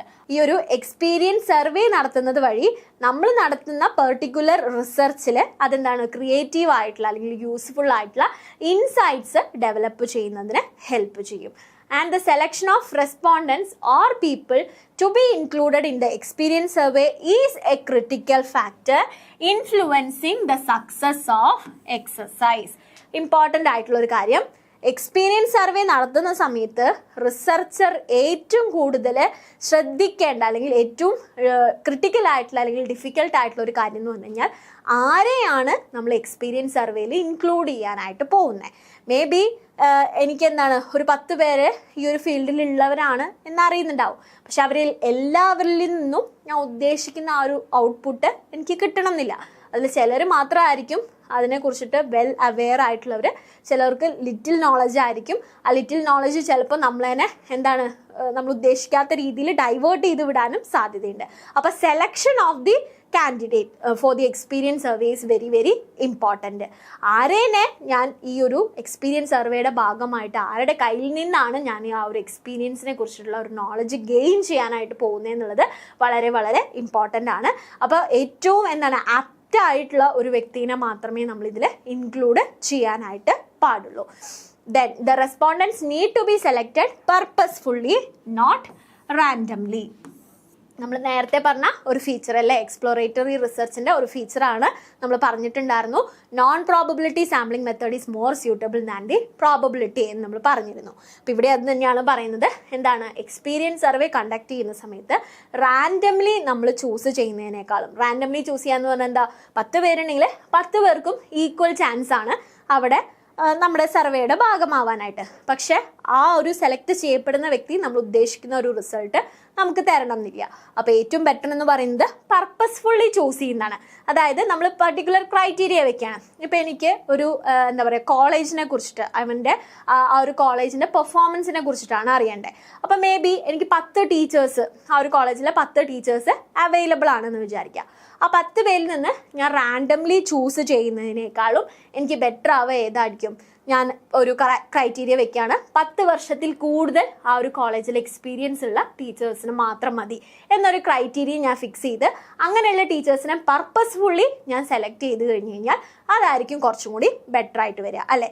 ചിലപ്പോൾ ഈ 10 ടീച്ചേഴ്സ് അവൈലബിൾ ആയിട്ടുള്ളതിൽ ചിലപ്പോൾ 2 മാത്രമേ ഈ ഒരു എബൌട്ട് 10 ഇയേഴ്സ് എക്സ്പീരിയൻസ് ഉള്ളവരുണ്ടായിരിക്കുള്ളൂ. അപ്പോൾ ഇവരിൽ നിന്ന് കിട്ടുന്ന ഇൻഫർമേഷൻ എനിക്ക് ഒരിക്കലും ന്യൂലി ജോയിൻഡ് ആയിട്ടുള്ള ഒരാളിൽ നിന്ന് കിട്ടാനായിട്ടുള്ള സാധ്യത വളരെ കുറവാണ്. അപ്പം ഞാൻ റാൻഡംലി ചൂസ് ചെയ്യുമ്പോൾ ചിലപ്പോൾ ഈ 2 പേര് ഇൻക്ലൂഡഡ് ആവണം എന്നില്ല, ന്യൂലി ജോയിൻഡ് ആയിട്ടുള്ള ആളുകളെ മാത്രം സെലക്ട് ചെയ്യപ്പെടാം. അപ്പോൾ അങ്ങനത്തെ പ്രശ്നങ്ങളൊക്കെ ഒഴിവാക്കാനായിട്ട് എനിക്ക് എന്ത് ചൂസ് ചെയ്യാം, നോൺ പ്രോബബിലിറ്റി മെത്തേഡ് യൂസ് ചെയ്യാം. പർപ്പസ്ഫുള്ളി അല്ലെങ്കിൽ ഒരു എന്താ പറയുക, ഒരു പർപ്പസോട് കൂടിയിട്ട് ഇത്ര എക്സ്പീരിയൻസ് ഉള്ള ഒരു വ്യക്തികളെ മാത്രം ഇൻക്ലൂഡ് ചെയ്യണം എന്നുള്ളൊരു പർപ്പസോട് കൂടിയിട്ട് നോൺ പ്രോബബിലിറ്റി ടെക്നിക്ക് ഉപയോഗിച്ചുകൊണ്ട് എനിക്ക് ആളുകളെ ഇൻക്ലൂഡ് ചെയ്യാം. അപ്പോഴാണ് ഞാൻ ഉദ്ദേശിക്കുന്ന അല്ലെങ്കിൽ ഒരു എഫക്റ്റീവ് ആയിട്ടുള്ള ഒരു റിസൾട്ട് നമുക്ക് കിട്ടാനായിട്ട് സാധ്യതയുള്ളൂ. ഓക്കെ, അപ്പോൾ ആ ഒരു കാര്യം ശ്രദ്ധിക്കണം. എക്സ്പീരിയൻസ് സർവേയിൽ who are included in the survey is very very important, and experience survey should be highly flexible. എന്താണ് എക്സ്പ്ലോറേറ്ററി റിസർച്ചിൽ നമ്മൾ നേരത്തെ പറഞ്ഞ ഒരു ഫീച്ചറാണ് അല്ലേ, it should be highly flexible. Exploratory research എപ്പോഴും എന്തായിരിക്കണം, ഹൈലി ഫ്ലെക്സിബിൾ ആയിരിക്കണം. കാരണം എന്താണ്, ഇവിടെ നമുക്ക് പ്രയർ നോളജും എക്സിസ്റ്റിംഗ് നോളജും റിവ്യൂ ഓഫ് ലിറ്ററേച്ചർ ചെയ്യാനായിട്ടുള്ള ഓപ്പർച്യൂണിറ്റി ഒക്കെ വളരെ ലിമിറ്റഡ് ആയിരിക്കും. പുതിയൊരു ടോപ്പിക്കാണ്. അപ്പോൾ നമുക്ക് ഈ പറയുന്ന ആളുകളിൽ നിന്ന് കിട്ടുന്ന ഇൻഫർമേഷൻ വെച്ചിട്ട് വേണം നമുക്ക് എന്തിലേക്ക് എത്താൻ, ഒരു ഫൈനൽ ഡിസിഷനിലേക്ക് എത്താൻ. അപ്പോൾ എപ്പോഴും നമ്മൾ വളരെ സ്റ്റേൺ ആയിട്ട് വളരെ റിജിഡ് ആയിട്ടുള്ള കാര്യങ്ങൾ മാത്രം അവരോട് കമ്മ്യൂണിക്കേറ്റ് ചെയ്ത് കഴിഞ്ഞ് കഴിഞ്ഞാൽ നമ്മൾ ഉദ്ദേശിക്കുന്ന ആ ഒരു റിസൾട്ട് അല്ലെങ്കിൽ ആൻസർ ചിലപ്പോൾ നമുക്ക് കിട്ടണം എന്നില്ല. അല്ലെങ്കിൽ എന്താ പറയുക, വളരെ ഫോർമൽ ആയിട്ടുള്ള മാത്രം കമ്മ്യൂണിക്കേഷൻ ആയി കഴിഞ്ഞ് കഴിഞ്ഞാൽ അവിടെ നിന്നാണ് പല ഇൻഫർമേഷൻസും നമുക്ക് മിസ്സാവാനായിട്ടുള്ള സാധ്യതയുണ്ട്. അപ്പോൾ എക്സ്പീരിയൻസ്ഡ് ആയിട്ടുള്ള വ്യക്തികളാണ് നമ്മളുടെ മുന്നിലിരിക്കുന്നത്. അപ്പോൾ അവർക്ക് അവരുടെ എക്സ്പീരിയൻസിൽ വരുന്ന കാര്യങ്ങളെല്ലാം നമ്മളുമായിട്ട് കമ്മ്യൂണിക്കേറ്റ് ചെയ്യാനായിട്ടുള്ള ഒരു ഫ്ലെക്സിബിലിറ്റി റിസർച്ചർ പ്രൊവൈഡ് ചെയ്യണം. അപ്പോൾ ഈ ഒരു മെത്തേഡിൽ ഏറ്റവും ബെറ്റർ എന്താ, പ്രീ പ്ലാൻഡ് ആയിട്ടുള്ള ക്വസ്റ്റ്യൻസ് കൂടാതെ തന്നെ അൺസ്ട്രക്ചേർഡ് ആയിട്ട് അല്ലെങ്കിൽ ഇൻഫോർമൽ ആയിട്ട് ഈ ഒരു വ്യക്തികളോട് കൂടി കമ്മ്യൂണിക്കേറ്റ് ചെയ്യാൻ കൂടി സാധിക്കണം. അപ്പോഴായിരിക്കും കുറച്ചും കൂടി ബെറ്റർ ആയിട്ട് എക്സ്പ്ലോറേറ്ററി റിസർച്ച് കണ്ടക്ട് ചെയ്യാനായിട്ട് സാധിക്കുക. And can use both structured interview schedule with pre set questions and unstructured questions. അപ്പോൾ ഈ ഒരു എക്സ്പീരിയൻസ് സർവേ ഫോളോ ചെയ്തിട്ട് റിസർച്ച് ചെയ്യുന്ന ഒരു വ്യക്തിയാണ് നിങ്ങളെന്നുണ്ടെങ്കിൽ നിങ്ങൾ എന്ത് ചെയ്തിട്ടുണ്ടായിരിക്കണം, നിങ്ങളുടെ കയ്യിൽ ഒരു സ്ട്രക്ചേർഡ് ആയിട്ടുള്ള ക്വസ്റ്റ്യൻ എയറും ഉണ്ടായിരിക്കണം, അൺസ്ട്രക്ചേർഡ് ആയിട്ടുള്ള ഒരു ക്വസ്റ്റ്യൻസും ഉണ്ടായിരിക്കണം. അതായത് സ്ട്രക്ചേർഡ് ക്വസ്റ്റ്യൻ എന്ന് പറയുമ്പോൾ നമ്മൾ പ്രീ പ്ലാൻഡ് ആണല്ലേ, നമ്മൾ ഓൾറെഡി തയ്യാറാക്കി വെച്ചിരിക്കുന്ന ക്വസ്റ്റ്യൻസ്.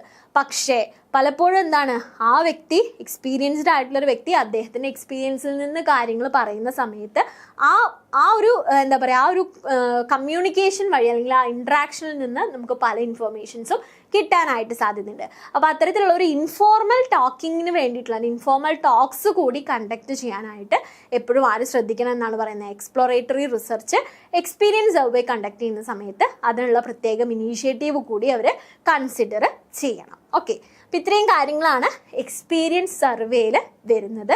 അപ്പോൾ നമ്മൾ different methods of exploratory research ആയിരുന്നു ഡിസ്കസ് ചെയ്യുന്നുണ്ടായിരുന്നത്. ഫസ്റ്റ് മെത്തേഡ് ഏതായിരുന്നു, ലിറ്ററേച്ചർ സർവേ ആണ്. പ്രയർ സ്റ്റഡീസോ പ്രയർ തിയറീസോ ആ ഒരു ടോപ്പിക് റിലേറ്റഡ് ആയിട്ടുണ്ട് എന്നുണ്ടെങ്കിൽ അതിനെക്കുറിച്ചിട്ട് സ്റ്റഡി നടത്തുക, അല്ലെങ്കിൽ അത് നമ്മുടെ ഫൈൻഡിങ്സിന് ഒരുപാട് ഹെൽപ്പ് ചെയ്യും. അതേപോലെ തന്നെ ആ ഒരു ഏരിയയിൽ അല്ലെങ്കിൽ ആ ഒരു ടോപ്പിക്കിൽ ആ ഒരു ഫീൽഡിൽ റിലേറ്റഡ് ആയിട്ട് വർക്ക് ചെയ്യുന്ന അല്ലെങ്കിൽ അതിനെക്കുറിച്ച് അറിവുള്ള ആളുകളുണ്ടെങ്കിൽ അവരിൽ നിന്ന് ഡാറ്റ കളക്ട് ചെയ്യുക, അതിനെയാണ് എക്സ്പീരിയൻസ് സർവേ എന്ന് പറയുന്നത്. And the third one is case study. Okay, case study, intensive study of a particular cases relating to the topic or area of the study for gaining insights into the situation or phenomenon being studied. എന്താണ് പറയുന്നത്, case study. Case study എന്ന് പറയുമ്പോൾ തന്നെ മനസ്സിലേക്ക് വരേണ്ട കാര്യം, it is A study regarding A single individual unit, individual or group or something, but it will be regarding A single unit.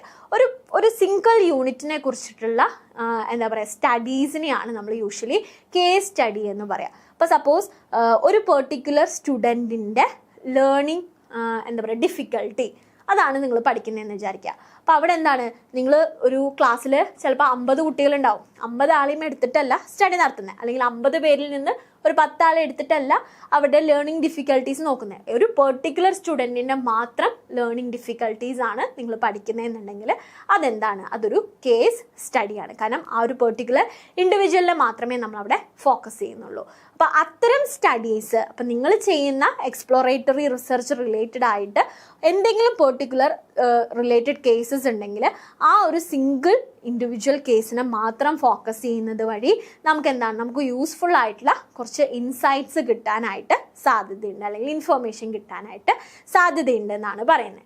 So the insights from the case studies provide the researcher with sufficient information to have a better understanding of the phenomenon under investigation. അപ്പോൾ case സ്റ്റഡീസിൽ നിന്ന് better ആയിട്ടുള്ളൊരു എന്താ പറയുക result കിട്ടുകയാണെന്നുണ്ടെങ്കിൽ it will help the researcher to have an finding, അല്ലെങ്കിൽ to reach into a finding it will help the researcher. അപ്പോൾ റിസർച്ചറിനെ അത് ഒരുപാട് ഹെൽപ്പ് ചെയ്യും.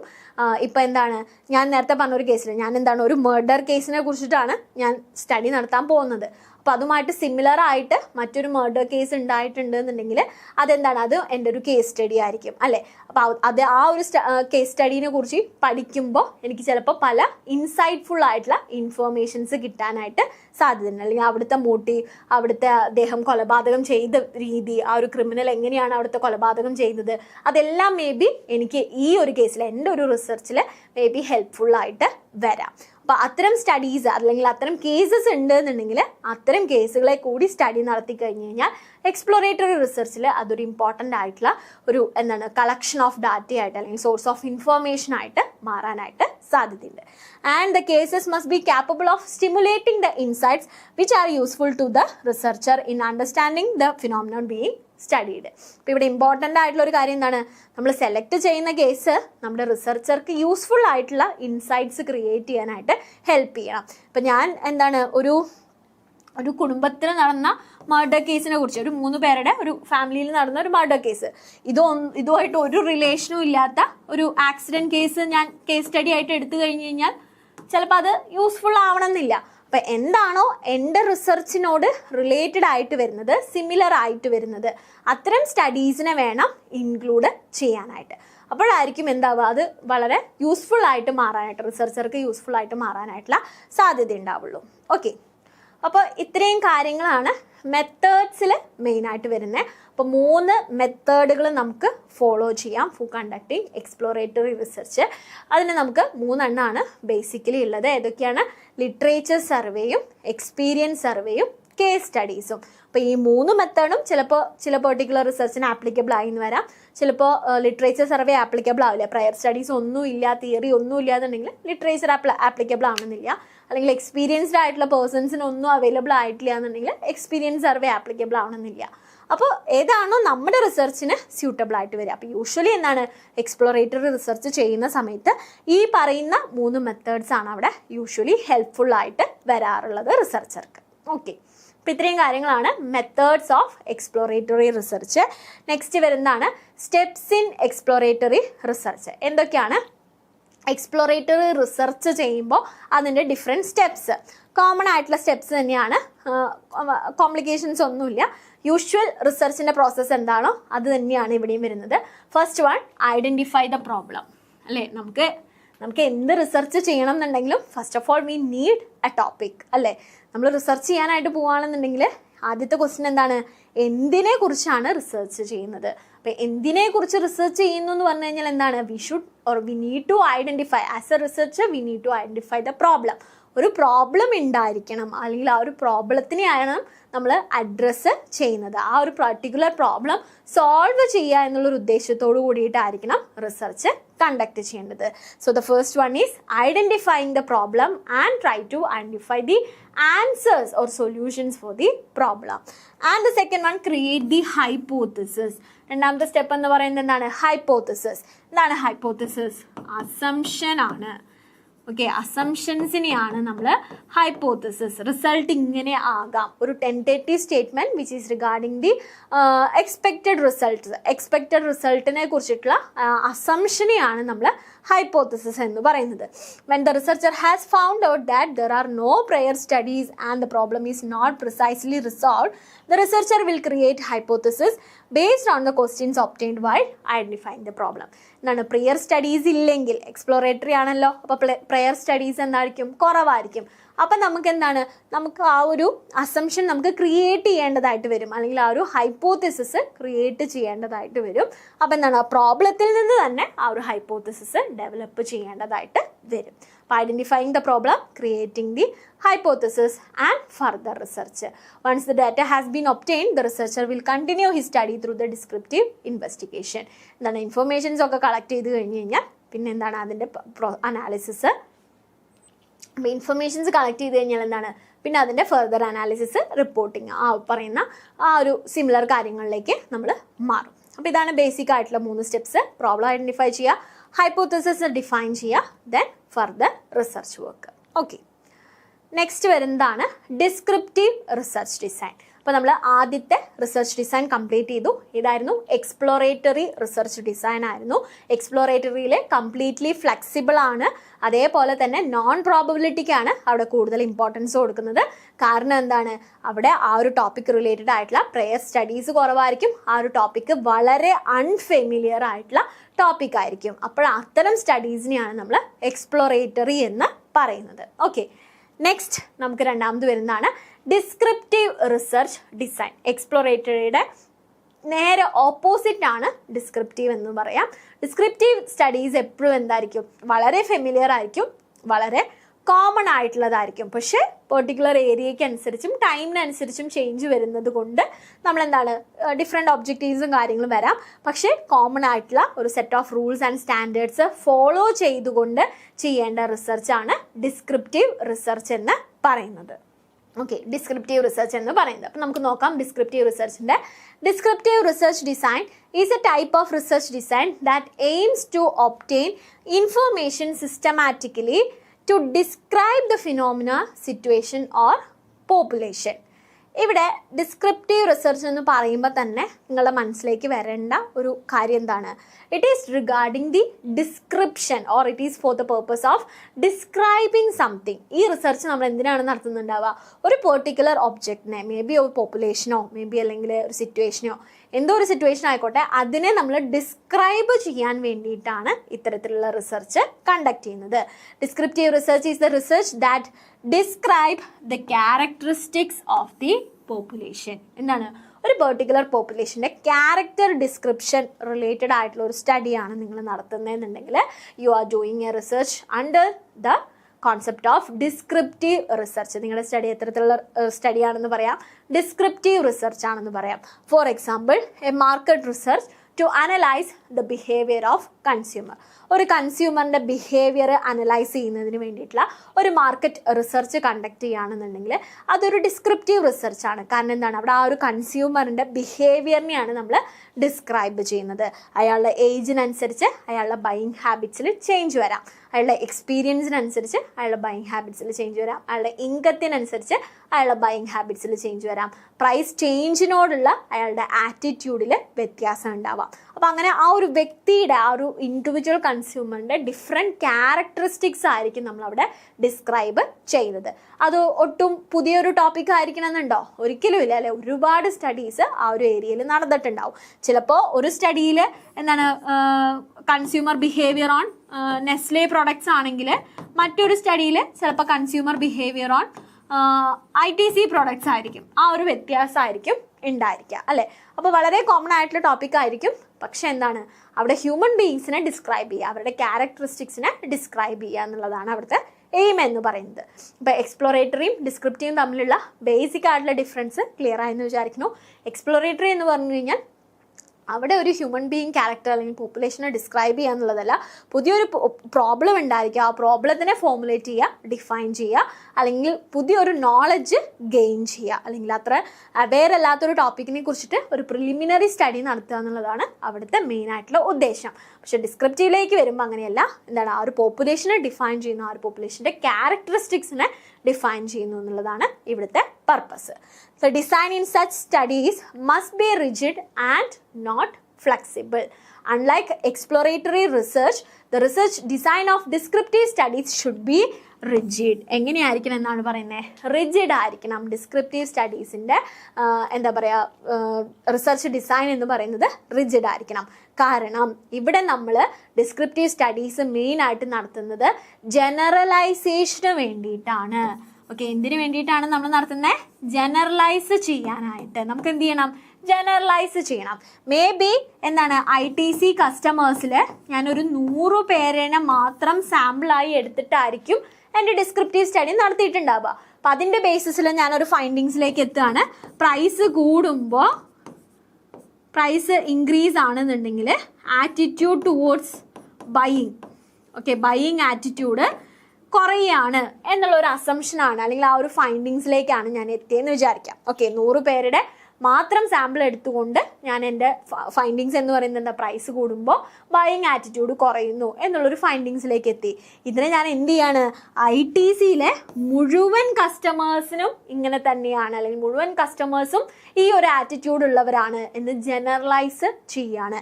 മേ ബി ITCക്ക് ഒരു 1000 കസ്റ്റമേഴ്സ് ഉണ്ടായിരിക്കും, അതിൽ നിന്ന് വെറും 100 പേരെ എടുത്തിട്ടേ ഞാൻ സ്റ്റഡി നടത്തിയിട്ടുള്ളൂ. പക്ഷെ ആ 100 പേരിൽ നിന്ന് എന്ത് റിസൾട്ട് കിട്ടിയോ അതിന് ഞാൻ ജനറലൈസ് ചെയ്യാനായിട്ടാണ് ഉപയോഗിക്കുന്നത് ഇൻ ഡിസ്ക്രിപ്റ്റീവ്. അപ്പോൾ അതുകൊണ്ട് തന്നെ ആ ഒരു ജനറലൈസേഷൻ വരുന്നത് കൊണ്ട് തന്നെ it should B bias free and it should B free from any kinds of inconsistencies. യാതൊരു തരത്തിലുള്ള ഇൻകൺസിസ്റ്റൻസീസോ യാതൊരു തരത്തിലുള്ള ബയാസുകളോ അവിടെ ഉണ്ടാവാനായിട്ടുള്ള സാധ്യത കുറവാകണം. അപ്പം അതുകൊണ്ടാണ് റിജിഡ് ആയിട്ടുള്ള അല്ലെങ്കിൽ സ്റ്റാൻഡേർഡൈസ്ഡ് ആയിട്ടുള്ള ഒരു മെത്തേഡ് ആയിരിക്കും ഡിസ്ക്രിപ്റ്റീവിൽ ഫോളോ ചെയ്യുക. ഫ്ലെക്സിബിൾ ആവാനായിട്ടുള്ള സാധ്യത കുറവാണ്. ഫ്ലെക്സിബിൾ ആകുമ്പോൾ അവിടെ ബയാസ് ഉണ്ടാവാനായിട്ടുള്ള സാധ്യതയുണ്ട്, ഇൻകൺസിസ്റ്റൻസീസ് വരാനായിട്ട് സാധ്യതയുണ്ട്. അപ്പോൾ അതൊക്കെ ജനറലൈസേഷനെ നെഗറ്റീവായിട്ട് എഫക്റ്റ് ചെയ്യും. ഇപ്പോൾ എക്സ്പ്ലോറേറ്ററിയിൽ നമുക്ക് എന്തിൻ്റെ ആവശ്യമില്ല, ജനറലൈസ് ചെയ്യേണ്ട ആവശ്യമില്ല. നമുക്ക് ആ ഒരു പെർട്ടിക്കുലർ കാര്യത്തിനെ കുറിച്ചുള്ള ഇൻഫർമേഷൻ കളക്ട് ചെയ്യുക, അതിനെക്കുറിച്ച് നോളജ് ഏൺ ചെയ്യുക എന്നുള്ളത് മാത്രമേ ഉള്ളൂ. അല്ലെങ്കിൽ അത് ഉപയോഗിച്ച് എല്ലാവർക്കും ഇങ്ങനെയാണ് എന്നുള്ളൊരു സ്റ്റേറ്റ്മെൻറ്റിൻ്റെ ആവശ്യം നമുക്ക് എക്സ്പ്ലോറേറ്ററിയിൽ വരുന്നില്ല. But it is needed in descriptive. ആ ഒരു ജനറലൈസേഷൻ നമുക്ക് എവിടെ ആവശ്യമാണ്, ഡിസ്ക്രിപ്റ്റീവിൽ ആവശ്യമാണ്. So that's why it should be rigid, not flexible. And we have different types of descriptive research design. മെയിനായിട്ട് 2 type of descriptive research design ആണുള്ളത്, ക്രോസ് സെക്ഷണലും ലോങ്റ്റിറ്റ്യൂഡിനലും. ഓക്കെ, ഏതൊക്കെയാണ് 2 ടൈപ്സ്, ക്രോസ് സെക്ഷണലും ലോങ്റ്റിറ്റ്യൂഡിനലും. അപ്പോൾ എന്താണെന്ന് നമുക്ക് നോക്കാം. So the first one is cross sectional research design.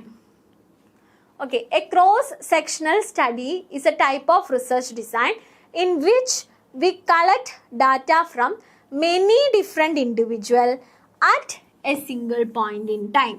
ഈ ഒരു കാര്യമാണ് നിങ്ങൾ മെയിനായിട്ട് ക്രോസ് സെക്ഷണൽ എന്ന് പറയുമ്പോൾ നിങ്ങളുടെ മനസ്സിലേക്ക് വരേണ്ട ഫസ്റ്റ് തിങ് എന്ന് പറയുന്നത് എന്താ, at A single point in time. ഒരു പെർട്ടിക്കുലർ അല്ലെങ്കിൽ ഒരു സിംഗിൾ പോയിന്റ് ഓഫ് ടൈമിലായിരിക്കും ഇവിടെ നമ്മൾ ഡാറ്റ കളക്ട് ചെയ്യുന്നത് from different kinds of individuals or from different kinds of objects. നമ്മുടെ സ്റ്റഡിയുമായിട്ട് റിലേറ്റഡ് ആയിട്ട് വരുന്ന ഡിഫറെൻറ്റ് കൈൻഡ്സ് ഓഫ് യൂണിറ്റ്സിൽ നിന്ന് നമ്മൾ ഡാറ്റ കളക്ട് ചെയ്യുന്നു. പക്ഷേ ഡാറ്റ കളക്ഷൻ എന്ന് പറയുന്നത് എന്താണ്, at A single point of time, ഒരൊറ്റ പോയിന്റ് ഓഫ് ടൈം അല്ലെങ്കിൽ വൺസ് മാത്രമായിരിക്കും നമ്മൾ ഡാറ്റ കളക്ട് ചെയ്യുന്നത്. ക്ലിയർ ആണല്ലോ? അപ്പോൾ types of descriptive research design, the first one is cross sectional research design. In cross sectional research design, the researcher will collect the information or the data only at a single point of time. ഒരൊറ്റ തവണ മാത്രമേ അവിടെ എന്ത് collect ചെയ്യുന്നുള്ളൂ, informations collect ചെയ്യുന്നുള്ളൂ. Example നോക്കൂ. A cross-sectional research can be conducted on men and women in a specific age range to reveal similarities and differences in the spending trends related to gender. എന്താണ്, gender vice spending ഹാബിറ്റിൽ changes ഉണ്ടോ, അതാണ് എനിക്കറിയേണ്ടത്. Okay, ഞാനൊരു റിസർച്ചറാണ്. Researcher എന്നുള്ള രീതിയിൽ എൻ്റെ topic എന്താണ് അല്ലെങ്കിൽ എൻ്റെ പ്രശ്നം എന്താണ്, സ്പെൻഡിങ് ഹാബിറ്റിൽ ജെൻഡർ വൈസ് ഡിഫറൻസ് ഉണ്ടോ. സപ്പോസ് ഞാനൊരു 20 to 30 ഏജ് ഗ്രൂപ്പ് വരുന്ന മെന്നിനെയും വിമനെയാണ് എൻ്റെ സ്റ്റഡിയിൽ വേണ്ടിയിട്ട് ഇൻക്ലൂഡ് ചെയ്യാനായിട്ട് പോകുന്നതെന്ന് വിചാരിക്കാം. ഓക്കെ, 28 to 30 ഏജ് കാറ്റഗറിയിൽ വരുന്ന സ്ത്രീകളെയും പുരുഷന്മാരെയാണ് ഞാൻ സ്റ്റഡി ചെയ്യുന്നത്. അപ്പോൾ എന്താണ്, സപ്പോസ് ഞാനൊരു 50 പേരെയാണ് സ്റ്റഡിയിൽ ഇൻക്ലൂഡ് ചെയ്തിരിക്കുന്നത്. അതിലൊരു 25 പേര് മെന്നാണ്, 25 പേര് വുമൻ ആണെന്ന് വിചാരിക്കാം. ഓക്കെ, 25 മെന്നും ഉണ്ട്, 25 വുമനും ഉണ്ട് എന്ന് വിചാരിക്കാം. ഓക്കെ, അപ്പോൾ ഇവരിൽ നിന്ന് ഞാൻ ഡാറ്റ കളക്ട് ചെയ്യാണ്. അപ്പോൾ ഇവരിൽ നിന്ന് ഡാറ്റ കളക്ട് ചെയ്യുമ്പോൾ ഈ 25 മെന്നിൽ നിന്നും 25 വുമനിൽ നിന്നും ഓൺലി വൺസ്, ഒരു പ്രാവശ്യം മാത്രമേ ഞാൻ ഇവരിൽ നിന്ന് ഇൻഫർമേഷൻ കളക്ട് ചെയ്യുള്ളൂ. ഒരു സിംഗിൾ പോയിന്റ് ഓഫ് ടൈമിൽ ഞാൻ ഇവരിൽ നിന്ന് ഇൻഫർമേഷൻ കളക്ട് ചെയ്യും. അപ്പോൾ മേ ബി എനിക്ക് തോന്നുകയാണ് എന്ത്, മെന്നിനേക്കാൾ വിമനിനാണ് സ്പെൻഡിങ് ഹാബിറ്റ് കൂടുതൽ എന്നുള്ള ആ ഒരു സ്റ്റഡിയിലേക്കാണ്, ആ ഒരു ഫൈൻഡിങ്സിലേക്കാണ് വരുന്നതെന്നുണ്ടെങ്കിൽ അതോടുകൂടിയിട്ട് എൻ്റെ റിസർച്ച് വർക്ക് അവസാനിക്കും. അപ്പോൾ ഞാൻ അത് വീണ്ടും എന്ത് ചെയ്യുന്നില്ല, ഇവരുടെ അടുത്ത് പോയിട്ട് ചിലപ്പോൾ എന്താണ് ഈ പറയുന്ന വ്യക്തികളിൽ എന്താ പറയുക, മന്ത് ബിഗിനിങ്ങിൽ സ്പെൻഡ് ചെയ്യുന്ന പോലെ ആയിരിക്കില്ല മന്ത് എൻഡിൽ ഉണ്ടായിരിക്കുക, അല്ലേ? അപ്പോൾ ഞാൻ മന്ത് ബിഗിനിങ്ങിൽ ഇവരുടെ അടുത്ത് ഡാറ്റ കളക്ട് ചെയ്യാൻ പോയി, പിന്നെ മന്ത് എൻഡിൽ ഡാറ്റ കളക്ട് ചെയ്യാൻ പോയി, അങ്ങനെ ഒരു കാര്യം ഇവിടെ നടക്കുന്നില്ല. At A single point of ടൈമിൽ മാത്രമേ ഞാൻ എന്ത് ചെയ്യുന്നുള്ളൂ, ഡാറ്റ കളക്ട് ചെയ്യാനായിട്ട് പോകുന്നുള്ളൂ. അതേപോലെ തന്നെ ഏർലി 20s ഒരു എന്താ പറയുക സ്പെൻഡിങ് ഹാബിറ്റ് ആയിരിക്കില്ല അതേ സെയിം വ്യക്തിക്ക് ഒരു ലേറ്റ് 20s വരുമ്പോൾ അതിലും ഡിഫറൻസ് ഉണ്ടാവാം. അതും ഞാൻ എന്ത് ചെയ്യുന്നില്ല, കൺസിഡർ ചെയ്യുന്നില്ല. ഒരു പെർട്ടിക്കുലർ ടൈമിൽ എന്താണ് അവരുടെ റെസ്പോൺസ് അത് മാത്രമേ ഞാൻ കൺസിഡർ ചെയ്യുന്നുള്ളൂ എന്നുണ്ടെങ്കിൽ അത്തരം സ്റ്റഡീസിനെ നമ്മൾ പറയുന്ന പേരാണ് cross sectional research design. Okay, then രണ്ടാമത് വരുന്നതാണ് ലോങ്ങിറ്റ്യൂഡിനൽ റിസർച്ച് ഡിസൈൻ. ഇപ്പോൾ ക്രോസ് സെക്ഷണലും ലോങ്ങിറ്റ്യൂഡിനലും തമ്മിലുള്ള ബേസിക് ഡിഫറൻസ് ആണ് ഓർത്ത് വെക്കേണ്ടത്. ക്രോസ് സെക്ഷണൽ ആണെങ്കിൽ സിംഗിൾ പോയിന്റ് ഓഫ് ടൈം മാത്രമേ ഡാറ്റ കളക്ട് ചെയ്യുള്ളൂ, വൺസ് മാത്രമേ ഡാറ്റ കളക്ട് ചെയ്യുള്ളൂ. പക്ഷേ ലോങ്ങിറ്റ്യൂഡിനൽ എങ്ങനെയാണ് വരുന്നത്, examine the same individual over a period of time. എന്താണ്, സെയിം ഇൻഡിവിജ്വലിനെ over a period of time എന്ത് ചെയ്യാണ്, കൺസിഡർ ചെയ്യാണ്. അല്ലെങ്കിൽ over a period of time same ഇൻഡിവിജ്വലിൻ്റെ കയ്യിൽ നിന്ന് തന്നെ ഡാറ്റ കളക്ട് ചെയ്യാണ് for the purpose of research എന്നുണ്ടെങ്കിൽ അത്തരം സ്റ്റഡീസിനെയാണ് നമ്മൾ ലോങ്ങിറ്റ്യൂഡിനൽ റിസർച്ച് എന്ന് പറയുന്നത്. എക്സാമ്പിൾ നോക്കൂ, അപ്പോൾ കുറച്ചുകൂടി ക്ലിയർ ആവും. A group of researchers wants to study how children's reading skill is developing over the time. Okay, എന്താണ് അവിടുത്തെ റിസർച്ച് പ്രോബ്ലം അല്ലെങ്കിൽ റിസർച്ച് ടോപ്പിക് എന്ന് പറയുന്നത്, എങ്ങനെയാണ് കുട്ടികളുടെ റീഡിംഗ് സ്കിൽസ് ഡെവലപ്പ് ആവുന്നത് ഓവർ ദ ടൈം, വർഷങ്ങൾ കഴിയുന്തോറും റീഡിംഗ് സ്കിൽസിൽ വ്യത്യാസം വരുന്നുണ്ടോ, ചേഞ്ച് വരുന്നുണ്ടോ, അതാണ് അവിടുത്തെ ഐഡൻറ്റിഫൈ ചെയ്യേണ്ടത്. അപ്പോൾ അതിനുവേണ്ടി അവർ ചെയ്യുന്ന ഒരു കാര്യം എന്താണ്, they select a group of 100 kg students and assess their reading ability once every year for the next 10 years. എന്താണ് അവർ ഫസ്റ്റ് ചെയ്യുന്നത്, ഇപ്പോൾ 2015 അവർ ആ സ്റ്റഡി സ്റ്റാർട്ട് ചെയ്യുന്നതെന്ന് വിചാരിക്കാം. ഓക്കെ, 2015 സ്റ്റഡി സ്റ്റാർട്ട് ചെയ്യാണ്. എന്തിനെ കുറിച്ചിട്ട്, റീഡിംഗ് സ്കില്ലിലെ ഡെവലപ്മെൻറ്റ്സിനെ കുറിച്ചിട്ട് സ്റ്റഡി സ്റ്റാർട്ട് ചെയ്യാണ്. അപ്പോൾ 2015 ഞാൻ സ്റ്റഡി സ്റ്റാർട്ട് ചെയ്യുന്ന സമയത്ത് എന്താണ്, ഞാനൊരു 100 kg സ്റ്റുഡൻസിനെ സെലക്ട് ചെയ്ത് അവരുടെ റീഡിംഗ് എബിലിറ്റി നോക്കി.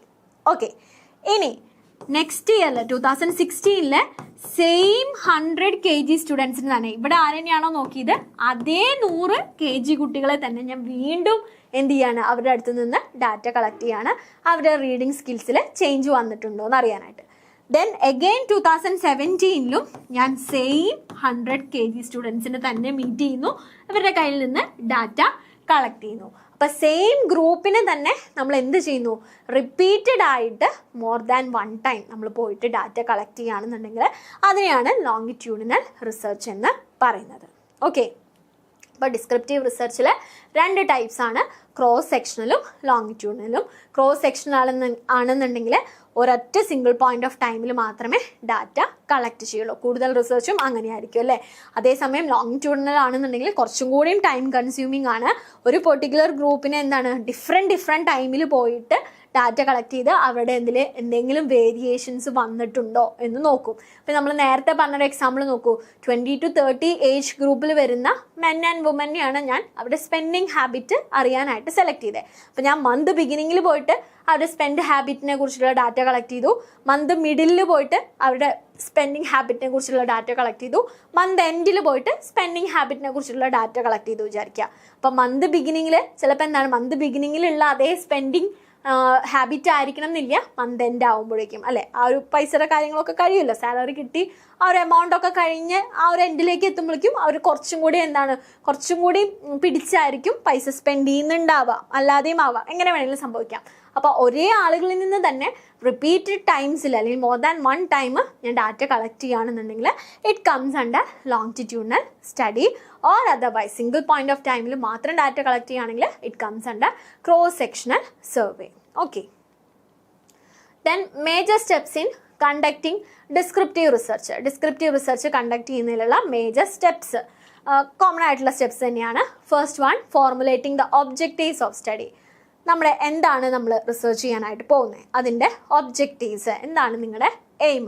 ഇപ്പോൾ സ്പെൻഡിങ് ഹാബിറ്റ്സിനെ കുറിച്ച് പഠിക്കുമ്പോൾ നിങ്ങളുടെ എയിം എന്തൊക്കെയാണ്, അതായത് ഇപ്പോൾ അവരുടെ ഒരു എക്സാമ്പിൾ പറയുകയാണെങ്കിൽ ജെൻഡർ സ്പെൻഡിങ് ഹാബിറ്റ്സിനെ ഇൻഫ്ലുവൻസ് ചെയ്യുന്നുണ്ടോ, അതല്ല ഏജ് സ്പെൻഡിങ് ഹാബിറ്റ്സിനെ ഇൻഫ്ലുവൻസ് ചെയ്യുന്നുണ്ടോ, എഡ്യൂക്കേഷൻ ഇൻഫ്ലുവൻസ് ചെയ്യുന്നുണ്ടോ, അങ്ങനെ എന്താ പറയുക ഡിഫറെൻറ്റ് ഒബ്ജക്റ്റീവ്സ് ഉണ്ടാവുക അല്ലേ. അതേപോലെ തന്നെ ഏത് ഐറ്റത്തിലാണ് കൂടുതൽ സ്പെൻഡ് ചെയ്യാനായിട്ട് അവർക്കൊരു ആറ്റിറ്റ്യൂഡ് ഉള്ളത്, അങ്ങനെ ഡിഫറെൻറ്റ് ഒബ്ജക്റ്റീവ്സ് ഉണ്ടാവാം. അപ്പോൾ ഏതൊരു സ്റ്റഡി ആണെന്നുണ്ടെങ്കിലും ഏത് തരത്തിലുള്ള ഒരു ഡിസ്ക്രിപ്റ്റീവ് സ്റ്റഡി ആണെന്നുണ്ടെങ്കിലും first of all we need to make ensure we need to have a clarity regarding the objective of the സ്റ്റഡിയുടെ ഒബ്ജക്റ്റീവിനെ കുറിച്ചിട്ട് ക്ലാരിറ്റി ഉണ്ടാവുക എന്നുള്ളതാണ് ഏറ്റവും ഇമ്പോർട്ടൻ്റ് ആയിട്ടുള്ള കാര്യം. Next one, designing the methods of data collection. ഇനി ഒബ്ജക്റ്റീവ് ഒക്കെ ഫിക്സ് ചെയ്ത് കഴിഞ്ഞ് കഴിഞ്ഞാൽ ഇനി എങ്ങനെ ഡാറ്റ കളക്ട് ചെയ്യണം, ഹ്യൂമൻ ബീയിങ്സിൻ്റെ കയ്യിൽ നിന്നാണ് ഡാറ്റ കളക്ട് ചെയ്യുന്നത് അല്ലേ, പോപ്പുലേഷനെയാണ് നമ്മൾ ഡിഫൈൻ ചെയ്യാനായിട്ട് പോകുന്നത്, ഡിസ്ക്രൈബ് ചെയ്യാനായിട്ട് പോകുന്നത്. സോ പോപ്പുലേഷനിൽ നിന്ന് ഡാറ്റ കളക്ട് ചെയ്യണം. V have different methods for data collection. നമുക്ക് ക്വസ്റ്റ്യനെയർ ഉണ്ട്, ഇൻ്റർവ്യൂ ഉണ്ട്, ഫോക്കസ് ഗ്രൂപ്പ് ഉണ്ട്, ടെലിഫോണിക് ഇൻ്റർവ്യൂ ഉണ്ട്, 1-to-1 എന്തുണ്ട്, ഒബ്സർവേഷൻ ഉണ്ട്. അപ്പോൾ ഏത് മെത്തേഡാണ് നമുക്ക് ചൂസ് ചെയ്യേണ്ടത്? സെലക്ടിങ് ദ സാമ്പിൾസിനെ സെലക്ട് ചെയ്യണം. അപ്പം ഞാൻ നേരത്തെ പറഞ്ഞ പോലെ ഇപ്പം എൻ്റെ ടോപ്പിക് എന്ന് പറയുന്നത് ഇപ്പോൾ ബാങ്ക് എംപ്ലോയീസിൻ്റെ വർക്ക് സ്ട്രെസ്സിനെ കുറിച്ചിട്ടാണ് ഞാൻ സ്റ്റഡി നടത്തുന്നതെന്ന് വിചാരിക്കാം. ഓക്കെ, ബാങ്ക് എംപ്ലോയീസിൻ്റെ വർക്ക് സ്ട്രെസ്സ്. അപ്പോൾ ബാങ്ക് എംപ്ലോയീസിൽ തന്നെ പബ്ലിക് ബാങ്ക് എംപ്ലോയീസ് ഉണ്ട്, പ്രൈവറ്റ് ബാങ്ക് എംപ്ലോയീസ് ഉണ്ട്. അതിൽ തന്നെ പബ്ലിക്കിൽ തന്നെ ഒരുപാട് തരത്തിലുള്ള ബാങ്കുകളുണ്ട്, അല്ലെങ്കിൽ ഡിഫറെൻറ്റ് ടൈപ്സ് ഓഫ് ബാങ്ക്സ് ഉണ്ട്. പ്രൈവറ്റിൽ തന്നെ ഡിഫറെൻറ്റ് ടൈപ്സ് ഓഫ് ബാങ്ക്സ് ഉണ്ട്. അപ്പോൾ അതിൽ ഏത് ബാങ്ക്, അല്ലെങ്കിൽ പബ്ലിക് മാത്രമാണ് ഞാൻ കോൺസെൻട്രേറ്റ് ചെയ്യുന്നെങ്കിൽ പബ്ലിക്കിൽ ഏതൊക്കെ ബാങ്കുകൾ, ആ ബാങ്കുകളിൽ തന്നെ ഏതൊക്കെ ഡെസിഗ്നേഷനിൽ വരുന്ന എംപ്ലോയീസിനെയാണ് ഞാൻ ഫോക്കസ് ചെയ്യുന്നത്. അപ്പോൾ ആ ഒരു ക്ലിയർ ഐഡിയ ഉണ്ടായിരിക്കണം. കളക്ടിങ് ദ ഡാറ്റ കളക്ട് ചെയ്യണം. Then processing and analysing the data. Collect ചെയ്ത ഡാറ്റേനെ നമ്മൾ പ്രോസസ്സ് ചെയ്യണം, അനലൈസ് ചെയ്യണം, കോഡിങ്ങും കാര്യങ്ങളൊക്കെ ചെയ്ത് നമുക്ക് ആ ഒരു ഡാറ്റേനെ എന്താണ് ക്ലാസിഫിക്കേഷനും ടാബുലേഷനും ഒക്കെ ചെയ്ത് അത് നമുക്ക് അനലൈസ് ചെയ്യാനായിട്ട് സാധിക്കണം. അതായത് ടെസ്റ്റുകളൊക്കെ അപ്ലൈ ചെയ്യണമെന്നുണ്ടെങ്കിൽ അതൊക്കെ പറ്റണം. Then reporting the findings. എന്താണ് നിങ്ങൾ അനലൈസ് ചെയ്തതിൽ നിന്ന് നിങ്ങൾക്ക് മനസ്സിലായത്? മേ ബി എന്താണ് ഒരു 35 എബവ് ഏജുള്ള ആളുകളുടെ ഇടയിൽ സ്ട്രെസ്സ് കൂടുതലാണ് എന്നുള്ള ഒരു ഫൈൻഡിങ്സിലേക്കാണ് ഞാൻ എത്തുന്നതെന്നുണ്ടെങ്കിൽ how I am going to report, എങ്ങനെയാണ് ഞാനത് റിപ്പോർട്ട് ചെയ്യാൻ പോകുന്നത്? ഈ പറയുന്നതാണ് മേജർ സ്റ്റെപ്സ് എന്ന് പറയുന്നത്, ഡിസ്ക്രിപ്റ്റീവ് റിസർച്ചിൻ്റെ മേജർ സ്റ്റെപ്സ്. അപ്പോൾ ഈ ഓരോ സ്റ്റെപ്സും കംപ്ലീറ്റ് ആയിട്ട് ഫൈനൽ സ്റ്റേജിലേക്ക് എത്തുമ്പോഴാണ് എന്താണ് നമ്മുടെ ആ ഒരു റിസർച്ച് വർക്ക് കംപ്ലീറ്റ് ആകുന്നുള്ളൂ. Okay, so these are the major steps and methods for descriptive research. ഇനി നമ്മൾ നേരത്തെ എക്സ്പ്ലോറേറ്ററി റിസർച്ചിലെ മെത്തേഡ്സ് പഠിച്ചില്ലേ, അപ്പോൾ അതേപോലെ തന്നെ ഡിസ്ക്രിപ്റ്റീവ് റിസർച്ച് ചെയ്യുന്നതിനും നമുക്ക് വളരെ കോമൺ ആയിട്ടുള്ള ഫെമിലിയർ ആയിട്ടുള്ള കുറച്ച് മെത്തേഡ്സ് ഉണ്ട്. ഏതൊക്കെയാണെന്ന് നോക്കാം. The first one is observation ആണ് ഒന്നാമത്തെ method. Observing and recording the participants on going behaviour in A natural situation. എന്താണ് നമ്മൾ ഒബ്സർവ് ചെയ്യാണ്? ഒബ്സർവ് ചെയ്യുക എന്ന് പറഞ്ഞാൽ എന്താണ്? ഇവിടെ നമ്മൾ ഡയറക്റ്റ് പോയിട്ട് മേ ബി അവരോട് ചോദിച്ചിട്ടായിരിക്കില്ല. With the help of our sense of organs, കണ്ണ് അതൊക്കെ വെച്ചിട്ട് നമ്മൾ എന്ത് ചെയ്യാണ്? നമ്മൾ ഒബ്സർവ് ചെയ്യുകയാണ് കാര്യങ്ങളെ. ഇപ്പോൾ ഒരു എക്സാമ്പിൾ പറയാം. ഇപ്പോൾ സപ്പോസ് നിങ്ങൾക്ക് അറിയണം ഒരു ബാങ്ക് എന്താണ് പ്രോപ്പർലി ആണോ വർക്ക് ചെയ്യുന്നത്, അതായത് കൃത്യസമയത്ത് അവർ എന്താ പറയുക വർക്കിംഗ് ഫങ്ഷൻസ് സ്റ്റാർട്ട് ചെയ്ത് ആ ഒരു എന്താ പറയുക കൃത്യസമയത്ത് തന്നെയാണോ അത് എൻഡ് ചെയ്യുന്നത്, ആ ഒരു കാര്യം അറിയണം. മേ ബി നിങ്ങളത് ഡയറക്റ്റ് ആയിട്ട് പോയി ചോദിച്ചു കഴിഞ്ഞാൽ അവരെന്ത് പറയും? നമ്മളെല്ലാം 9 മണിക്ക് സ്റ്റാർട്ട് ചെയ്യും, ആ ഒരു രീതിയിൽ തന്നെ. അതിൽ ഡിഫോൾട്ട് ഉണ്ടെങ്കിലും അത് നമ്മളോട് അവർ ഷെയർ ചെയ്യണം എന്നില്ല അല്ലേ. പകരം നിങ്ങൾക്കത് എന്ത് ചെയ്യാം? ഒബ്സർവേഷൻ വഴി മനസ്സിലാക്കാം. നിങ്ങൾ ആരോടും ചോദിക്കണ്ട അല്ലേ, നിങ്ങൾക്ക് എന്ത് ചെയ്യാം? ഒബ്സർവ് ചെയ്യാനായിട്ട് പറ്റും. എപ്പോഴാണ് ആ ഒരു ബാങ്ക് സ്റ്റാർട്ട് ചെയ്യുന്നത്, എപ്പോഴാണ് അവിടെ സ്റ്റാഫുകളും കാര്യങ്ങളൊക്കെ വരുന്നത്, കൃത്യസമയത്താണോ സ്റ്റാഫ് എല്ലാവരും എത്തുന്നത്, കൃത്യസമയത്താണോ അവർ പോകുന്നത്. ചിലപ്പോൾ 5:30 വരെ ആയിരിക്കും വർക്കിംഗ് ടൈം, 5 മണിക്ക് തന്നെ അവർ ഇറങ്ങി പോകുന്നുണ്ടെങ്കിൽ നിങ്ങൾക്കത് ഒബ്സർവേഷനിലൂടെ നിങ്ങൾക്ക് മനസ്സിലാക്കാം. നിങ്ങൾ ഡയറക്റ്റ് പോയി ചോദിച്ചു കഴിഞ്ഞാൽ അവരത് ഒരിക്കലും ആക്സെപ്റ്റ് ചെയ്യണമെന്നില്ല. പകരം ഒബ്സർവേഷൻ സ്കിൽ ഉപയോഗിച്ചിട്ട് നിങ്ങൾക്ക് അതിന് ആൻസർ കണ്ടുപിടിക്കാം. അപ്പോൾ ഒബ്സർവേഷൻ എന്ന് പറയുന്നത് ഇമ്പോർട്ടൻ്റ് ആയിട്ടുള്ളൊരു കാര്യമാണ്. ദെൻ സർവേസ് ഉപയോഗിച്ച് സർവേസിന് നമുക്ക് മെയിനായിട്ട് യൂസ് ചെയ്യാൻ പറ്റുന്നതാണ് ഇൻ്റർവ്യൂ ഷെഡ്യൂളും ക്വസ്റ്റ്യനെയറും. സോ ഇൻ്റർവ്യൂവും ക്വസ്റ്റ്യനെയറും ഉപയോഗിച്ച് നമുക്ക് എന്താണ് സർവേസ് കണ്ടക്ട് ചെയ്യാം. ക്വസ്റ്റ്യനെയർ ആകുമ്പോൾ എന്താണ് ഒരു സെറ്റ് ഓഫ് ക്വസ്റ്റ്യൻസ് നമ്മൾ അവർക്ക് അയച്ചു കൊടുക്കണം അല്ലേ, അല്ലെങ്കിൽ നമ്മൾ ഡയറക്റ്റ് ആണെന്നുണ്ടെങ്കിലും നമ്മൾ എന്താണ് ക്വസ്റ്റ്യനെയർ ഡിസ്ട്രിബ്യൂട്ട് ചെയ്യും, അവരത് ആൻസർ ചെയ്ത് തിരിച്ചയക്കും. അപ്പോൾ അതിൽ ചിലപ്പോൾ ആൻസർ ചെയ്യാതെ ഉണ്ടാവാം, ചില ക്വസ്റ്റ്യൻസിന് ക്ലാരിറ്റി ഇല്ലാതെ അവർക്ക് റോങ് ആയിട്ടുള്ള രീതിയിൽ ആൻസർ ചെയ്തിട്ടുണ്ടാവാം, അങ്ങനത്തെ പ്രശ്നങ്ങളൊക്കെ ഉണ്ടാവാം. അതല്ല ഇൻ്റർവ്യൂ നമുക്ക് ചൂസ് ചെയ്യാൻ പറ്റും. അതായത് ഇപ്പോൾ എന്താ പറയുക, നമുക്ക് കുറച്ചും കൂടി പേഴ്സണൽ ആയിട്ടുള്ള എന്താ പറയുക ഇൻട്രാക്ഷൻ ആവശ്യമാണെന്നുണ്ടെങ്കിൽ, നമുക്ക് കുറച്ചും കൂടി ക്ലാരിറ്റി നമ്മൾ പറയുന്ന കാര്യങ്ങൾ ക്വസ്റ്റ്യൻസിൽ ആവശ്യമാണെന്നുണ്ടെങ്കിൽ we can go for interview. ആ രണ്ട് മെത്തേഡ് ഉപയോഗിച്ചിട്ടും ഡിസ്ക്രിപ്റ്റീവ് റിസർച്ചിൽ ഡാറ്റ കളക്ട് ചെയ്യാം. ആൻഡ് കേസ് സ്റ്റഡീസ് എവിടെയും ഉപയോഗിക്കാം, ഡിസ്ക്രിപ്റ്റീവിലും ഉപയോഗിക്കാം. And in depth study of a single case, a social unit or a situation to understand complex issue. എന്താണ്, ഒരു സിംഗിൾ യൂണിറ്റിനെ കുറിച്ചിട്ട്, ആ ഒരു ടോപ്പിക് റിലേറ്റഡ് ആയിട്ടുള്ള ഒരു സിംഗിൾ യൂണിറ്റിനെ കുറിച്ച് മാത്രം സ്റ്റഡി നടത്തിയിട്ടും നമുക്ക് എന്ത് ചെയ്യാം, ഡാറ്റ കളക്ട് ചെയ്യാനായിട്ട് സാധിക്കും. അപ്പോൾ ഇതാണ് ഇമ്പോർട്ടൻ്റ് ആയിട്ടുള്ള ഡിസ്ക്രിപ്റ്റീവ് റിസർച്ച് മെത്തേഡ്സ് എന്ന് പറയുന്നത്. We have observation, surveys and case studies. Okay, then ഒരു കമ്പാരിസൺ ആണ് എക്സ്പ്ലോറേറ്ററിയും ഡിസ്ക്രിപ്റ്റീവും തമ്മിലുള്ള ഒരു കമ്പാരിസൺ. നമ്മൾ നേരത്തെ പറഞ്ഞ കാര്യങ്ങളൊക്കെ തന്നെയാണ്, ഒന്നും കൂടി പോയിന്റ് ഔട്ട് ചെയ്ത് പറയുന്നു എന്ന് മാത്രം. എന്തൊക്കെയാണ് വരുന്നത്? സോ ഓവറോൾ ഡിസൈൻ എക്സ്പ്ലോറേറ്ററി ആണെങ്കിൽ ഫ്ലെക്സിബിൾ ആണ്. നമ്മൾ ഓൾറെഡി പറഞ്ഞല്ലേ, ഫ്ലെക്സിബിൾ ആണ്. കാരണം ഇവിടെ നമുക്ക് ഒരു പ്രോബ്ലം ഫോർമുലേറ്റ് ചെയ്യുക, ഹൈപ്പോത്തസിസ് ഫോർമുലേറ്റ് ചെയ്യുക, ജനറലൈസേഷനും കാര്യങ്ങളൊന്നും വരുന്നില്ല. അതേപോലെ തന്നെ പ്രയർ നോളജൊക്കെ കുറവായിട്ടായിരിക്കും ഉണ്ടായിരിക്കുക. അപ്പോൾ ഫ്ലെക്സിബിൾ ആയിട്ടുള്ള ഒരു മെത്തേഡാണ് സ്യൂട്ടബിൾ. ഡിസ്ക്രിപ്റ്റീവ് ആണെങ്കിൽ റിജിഡ് ആണ്, കാരണം നമുക്ക് ജനറലൈസ് ചെയ്യാനുള്ളതാണ്. ബയാസും കാര്യങ്ങളും അവോയ്ഡ് ചെയ്യണം എന്നുണ്ടെങ്കിൽ റിജിഡ് ആയിട്ടുള്ള ഒരു മെത്തേഡാണ് ഡിസ്ക്രിപ്റ്റീവിന് ഏറ്റവും സ്യൂട്ടബിൾ. ദെൻ സാമ്പിളിംഗ് ഡിസൈൻ എങ്ങനെയാണ്? എക്സ്പ്ലോറേറ്ററിയിൽ നോൺ പ്രോബബിലിറ്റി സാമ്പിളിംഗ് ഡിസൈൻ ആണ് ഏറ്റവും അപ്രോപ്രിയേറ്റ് എന്ന് പറയുന്നത്. അത് നമ്മൾ നേരത്തെ പറഞ്ഞു അല്ലേ. ദെൻ ഡിസ്ക്രിപ്റ്റീവ് ആണെങ്കിലോ പ്രോബബിലിറ്റി സാമ്പിളിംഗ് ആണ് കുറച്ചും കൂടി ആപ്ലിക്കബിൾ. കാരണം എന്താണ്, റാൻഡംലി ചൂസ് ചെയ്യുമ്പോഴാണ് ബയാസും കാര്യങ്ങളൊക്കെ മിനിമൈസ് ചെയ്യാനായിട്ട് നമുക്ക് സാധിക്കുള്ളൂ. ബയാസും കാര്യങ്ങളൊക്കെ മിനിമൈസ്ഡ് ആവുമ്പോഴാണ് ജനറലൈസ് ചെയ്യാനായിട്ട് അത് പറ്റുള്ളൂ. അപ്പോൾ സപ്പോസ് ഞാനൊരു ടോപ്പിക്കിനെ കുറിച്ച് സ്റ്റഡി നടത്തുകയാണ്, അതായത് കൺസ്യൂമറിൻ്റെ ബൈയിങ് ബിഹേവിയറിനെ കുറിച്ച് സ്റ്റഡി നടത്തുകയാണ്. അപ്പോൾ എനിക്കറിയുന്ന ഒരു 10 പേര് അവർക്ക് എന്താണ്, ആ ഒരു ബൈയിങ് ബിഹേവിയർ, ആ ഒരു പ്രൊഡക്റ്റിനോട് ഒരു നെഗറ്റീവ് ആറ്റിറ്റ്യൂഡാണ്. അപ്പം അതെനിക്ക് അറിയുകയും ചെയ്യാം. അപ്പോൾ ആ ഒരു 10 പേരെ മാത്രം ഇൻക്ലൂഡ് ചെയ്ത് ഞാൻ സ്റ്റഡി നടത്തിയിട്ട് ഞാൻ എൻ്റെ റിസൾട്ട് ജനറലൈസ് ചെയ്യണം. എല്ലാവർക്കും ഈ കമ്പനിയുടെ പ്രൊഡക്റ്റിനോട് നെഗറ്റീവ് ആറ്റിറ്റ്യൂഡാണ് എന്ന് പറഞ്ഞു കഴിഞ്ഞാൽ പറ്റുമോ? ഇല്ല. അപ്പോൾ അതെന്താണ്, ഒരു ബയാസ് ക്രിയേറ്റ് ചെയ്യാനല്ലേ. അപ്പോൾ അത് അവോയ്ഡ് ചെയ്യാനായിട്ട് പ്രോബബിലിറ്റി മെത്തേഡ് റാൻഡംലി ചൂസ് ചെയ്യുന്നതാണ് ഏറ്റവും ബെറ്റർ ആയിട്ട് വരുന്നത്. Then statistical design, no pre planned design for analysis. അനാലിസിസിന് വേണ്ടിയിട്ട് പ്രീ പ്ലാൻഡ് ആയിട്ടുള്ള ഡിസൈൻസ് ഒന്നും ഉണ്ടായിരിക്കില്ല, ഹൈലി ഫ്ലെക്സിബിൾ ആയിരിക്കും. പക്ഷേ ഡിസ്ക്രിപ്റ്റീവ് ആണെന്നുണ്ടെങ്കിൽ there is A need for A pre planned design for the analysis. എങ്ങനെയാണ് അനലൈസ് കണ്ടക്ട് ചെയ്യാൻ പോകുന്നത് എന്നുള്ളതിനെ കുറിച്ചിട്ട് ഒരു പ്രീ പ്ലാൻഡ് ഉണ്ടായിരിക്കണം. Then observational design, unstructured instruments four collection of data. എന്താണ് അൺസ്ട്രക്ചേർഡ് ആയിട്ടുള്ള ഇൻസ്ട്രുമെൻറ്റ്? ഇപ്പോൾ എക്സ്പീരിയൻസ് സർവേയിൽ നമുക്ക് നമ്മൾ പറഞ്ഞിട്ടുണ്ടായിരുന്നു അല്ലേ, ഒരു സെറ്റ് ഓഫ് പ്രീ പ്ലാൻഡ് ക്വസ്റ്റ്യൻസിൻ്റെ കൂടെ തന്നെ അൺസ്ട്രക്ചേർഡ് ആയിട്ടുള്ള ക്വസ്റ്റ്യൻസ് ഉണ്ടായിരിക്കണം. കാരണം ആ ഒരു ഇൻട്രാക്ഷൻ നമുക്ക് കൂടുതൽ ഇൻഫോർമേഷൻസ് ഏൺ ചെയ്യാനായിട്ട് ഹെൽപ്പ് ചെയ്യും. പക്ഷേ ഡിസ്ക്രിപ്റ്റീവിലേക്ക് വരുന്ന സമയത്ത് സ്ട്രക്ചേർഡ് ആൻഡ് വെൽ പ്ലാൻഡ് ആയിട്ടുള്ള ഒബ്സർവേഷൻ അല്ലെങ്കിൽ മെത്തേഡ്സ് ആണ് നമുക്ക് ഏറ്റവും അപ്രോപ്രിയേറ്റ് ആയിട്ട് വരുന്നത്. Then operational design, no fixed decisions about the operational procedure, advanced decisions about the operational procedure. അപ്പോൾ ഇതിൽ നിന്നൊക്കെ നമുക്ക് ബേസിക്കലി മനസ്സിലാക്കാൻ സാധിക്കുന്ന കാര്യം എന്താണ്, എക്സ്പ്ലോറേറ്ററി റിസർച്ച് ഡിസൈൻ എപ്പോഴും എന്താണ്, ഫ്ലെക്സിബിൾ ആണ്. വളരെയധികം പ്രീ പ്ലാനിങ്ങിൻ്റെയോ അല്ലെങ്കിൽ റിജിഡ് ആയിട്ടുള്ള റൂൾസ് ആൻഡ് റെഗുലേഷൻസിൻ്റെയോ ആവശ്യമില്ല. പക്ഷേ ഡിസ്ക്രിപ്റ്റീവിലേക്ക് വരുമ്പോൾ റിജിഡ് ആണ്.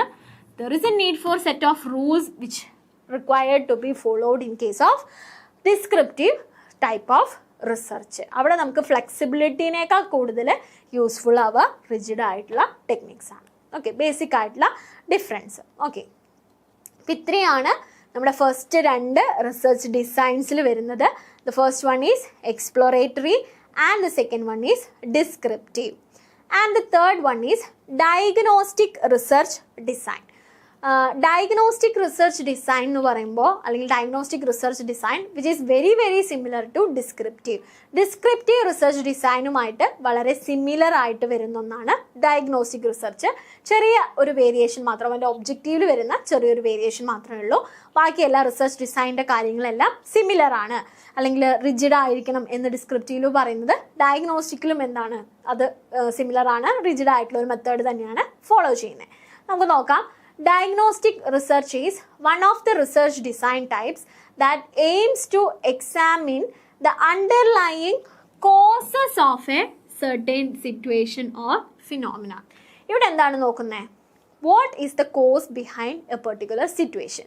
എന്താണ് ഈ ഒരു പെർട്ടിക്കുലർ സിറ്റുവേഷൻ ഉണ്ടാകാനായിട്ടുള്ള റീസൺ? അതാണ് ഇവിടുത്തെ മെയിൻ മോട്ടീവ് എന്ന് പറയുന്നത്. എന്തുകൊണ്ട് സംഭവിച്ചു? ഓക്കെ, എന്തുകൊണ്ട് ഇങ്ങനൊരു കാര്യം സംഭവിച്ചു, എന്താണ് സംഭവിച്ചത് എന്ന് ഡിസ്ക്രൈബ് ചെയ്യല്ല, എന്തുകൊണ്ടാണ് സംഭവിച്ചത്, why this happen or what is the cause or reason behind this event. ആ ഒരു കാര്യമാണ് ഡയഗ്നോസ്റ്റിക് റിസർച്ചിൽ നമ്മൾ അല്ലെങ്കിൽ ഡയഗ്നോസ്റ്റിക് റിസർച്ചർ ഐഡൻറ്റിഫൈ ചെയ്യാനായിട്ട് ശ്രമിക്കുന്നത്.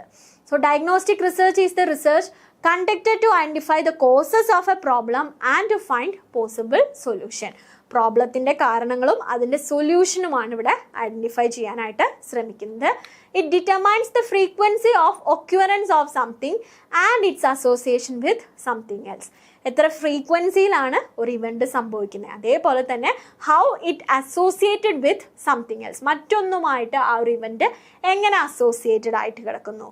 ഇതാണ് ഇവിടെ മെയിനായിട്ട്. ഇവിടെ നമുക്ക് ഒരു പോപ്പുലേഷനെ ഡിസ്ക്രൈബ് ചെയ്യുക, അതിൻ്റെ ക്യാരക്ടറിസ്റ്റിക്സ് നോക്കുക എന്നുള്ളതിന് പകരമായിട്ട് എന്താണ്, എന്തുകൊണ്ട് ഇങ്ങനെ ഒരു കാര്യം സംഭവിച്ചു, അല്ലെങ്കിൽ ഇങ്ങനെ ഒരു കാര്യം സംഭവിച്ചതിൻ്റെ ഭാഗമായിട്ട് മറ്റൊരു ഇവൻറ്റ് നടക്കാൻ ആയിട്ട് പോകുന്നുണ്ടെങ്കിൽ അതിൻ്റെ റീസൺ, അല്ലെങ്കിൽ ആ ഒരു ഇവൻറ്റും ഈ ഒരു ഇവൻറ്റും തമ്മിലുള്ള റിലേഷൻഷിപ്പ്, അതാണ് ഡയഗ്നോസ്റ്റിക്കിൽ നമ്മൾ മെയിനായിട്ട് ഡയഗ്നോസ് ചെയ്യുകയാണ് അല്ലേ. ഇപ്പോൾ നിങ്ങൾ അസുഖങ്ങളുമായിട്ട് റിലേറ്റഡ് ആയിട്ട് ഡയഗ്നോസ് ചെയ്തു എന്ന് പറയില്ലേ, അപ്പോൾ കാരണം കണ്ടുപിടിക്കലാണ്, എന്തുകൊണ്ട് സംഭവിച്ചു എന്നുള്ള ആ ഒരു കാരണം ഐഡൻറ്റിഫൈ ചെയ്യലാണ്. So stages or steps of diagnostic studies. Diagnostic സ്റ്റഡീസിൻ്റെ സ്റ്റേജസ് നമുക്ക് നോക്കാം. സിമിലർ, നേരത്തെ പറഞ്ഞ അതേ കാര്യങ്ങൾ തന്നെയാണ്. പ്രോബ്ലം ഐഡൻറ്റിഫൈ ചെയ്യണം, കാരണം എന്ത് റിസർച്ച് നടത്തണം എന്നുണ്ടെങ്കിലും first of all we need a problem അല്ലേ, അതിനെയാണ് നമ്മൾ സോൾവ് ചെയ്യാനായിട്ട് പോകുന്നത്. So identification of the problem, identification of information needed to solve the problem. Information ആവശ്യമാണല്ലേ, അതായത് ഡാറ്റ കളക്ട് ചെയ്യണം. പ്രോബ്ലം നമുക്ക് മനസ്സിലായി, ഇനി അതിനെ സോൾവ് ചെയ്യാൻ അതിനെക്കുറിച്ചിട്ടുള്ള ഇൻഫർമേഷൻസ് കളക്ട് ചെയ്യാനായിട്ട് സാധിക്കണം. Selection or development of instruments for gathering information, then identification of target population and determination of sampling procedure. നേരത്തെ പറഞ്ഞ കാര്യങ്ങൾ തന്നെ, ആരിൽ നിന്ന് ഡാറ്റ കളക്ട് ചെയ്യണം, അവരെ എങ്ങനെയാണ് നമ്മൾ സെലക്ട് ചെയ്യാനായിട്ട് പോകുന്നത്. Design of procedure for information collection, collection of information, analysis of information, recommendation suggestions four the problem solution.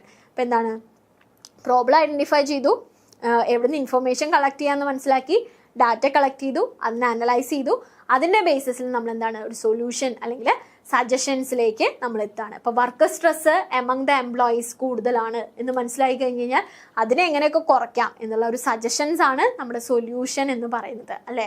അപ്പോൾ ആ ഒരു എന്താ പറയുക ഫൈൻഡിങ്സിലേക്ക്, ആ ഒരു സൊല്യൂഷനിലേക്ക് എത്തുക എന്നുള്ളതാണ് റിസർച്ചിൻ്റെ സക്സസ് എന്ന് പറയുന്നത്, അല്ലെങ്കിൽ അതിൻ്റെ ഒരു ക്ലോസിങ് സ്റ്റേജ് എന്ന് പറയുന്നത് അല്ലേ. അപ്പോൾ ഈ ഒരു സ്റ്റെപ്സ് തന്നെയാണ് എന്താ പറയുക കോമൺ ആയിട്ടുള്ള റിസർച്ചിൽ വരുന്ന സ്റ്റെപ്സ് തന്നെയാണ് ഡയഗ്നോസ്റ്റിക്കിലും വരുന്നത്. പക്ഷെ ഇവിടെ എന്താണ് മെയിനായിട്ട് കോസ്, എന്താണ് ഒരു കാര്യത്തിൻ്റെ കോസ് എന്നുള്ളതാണ് മേജറായിട്ട് ഐഡൻറ്റിഫൈ ചെയ്യാനായിട്ട് നോക്കുന്നത്.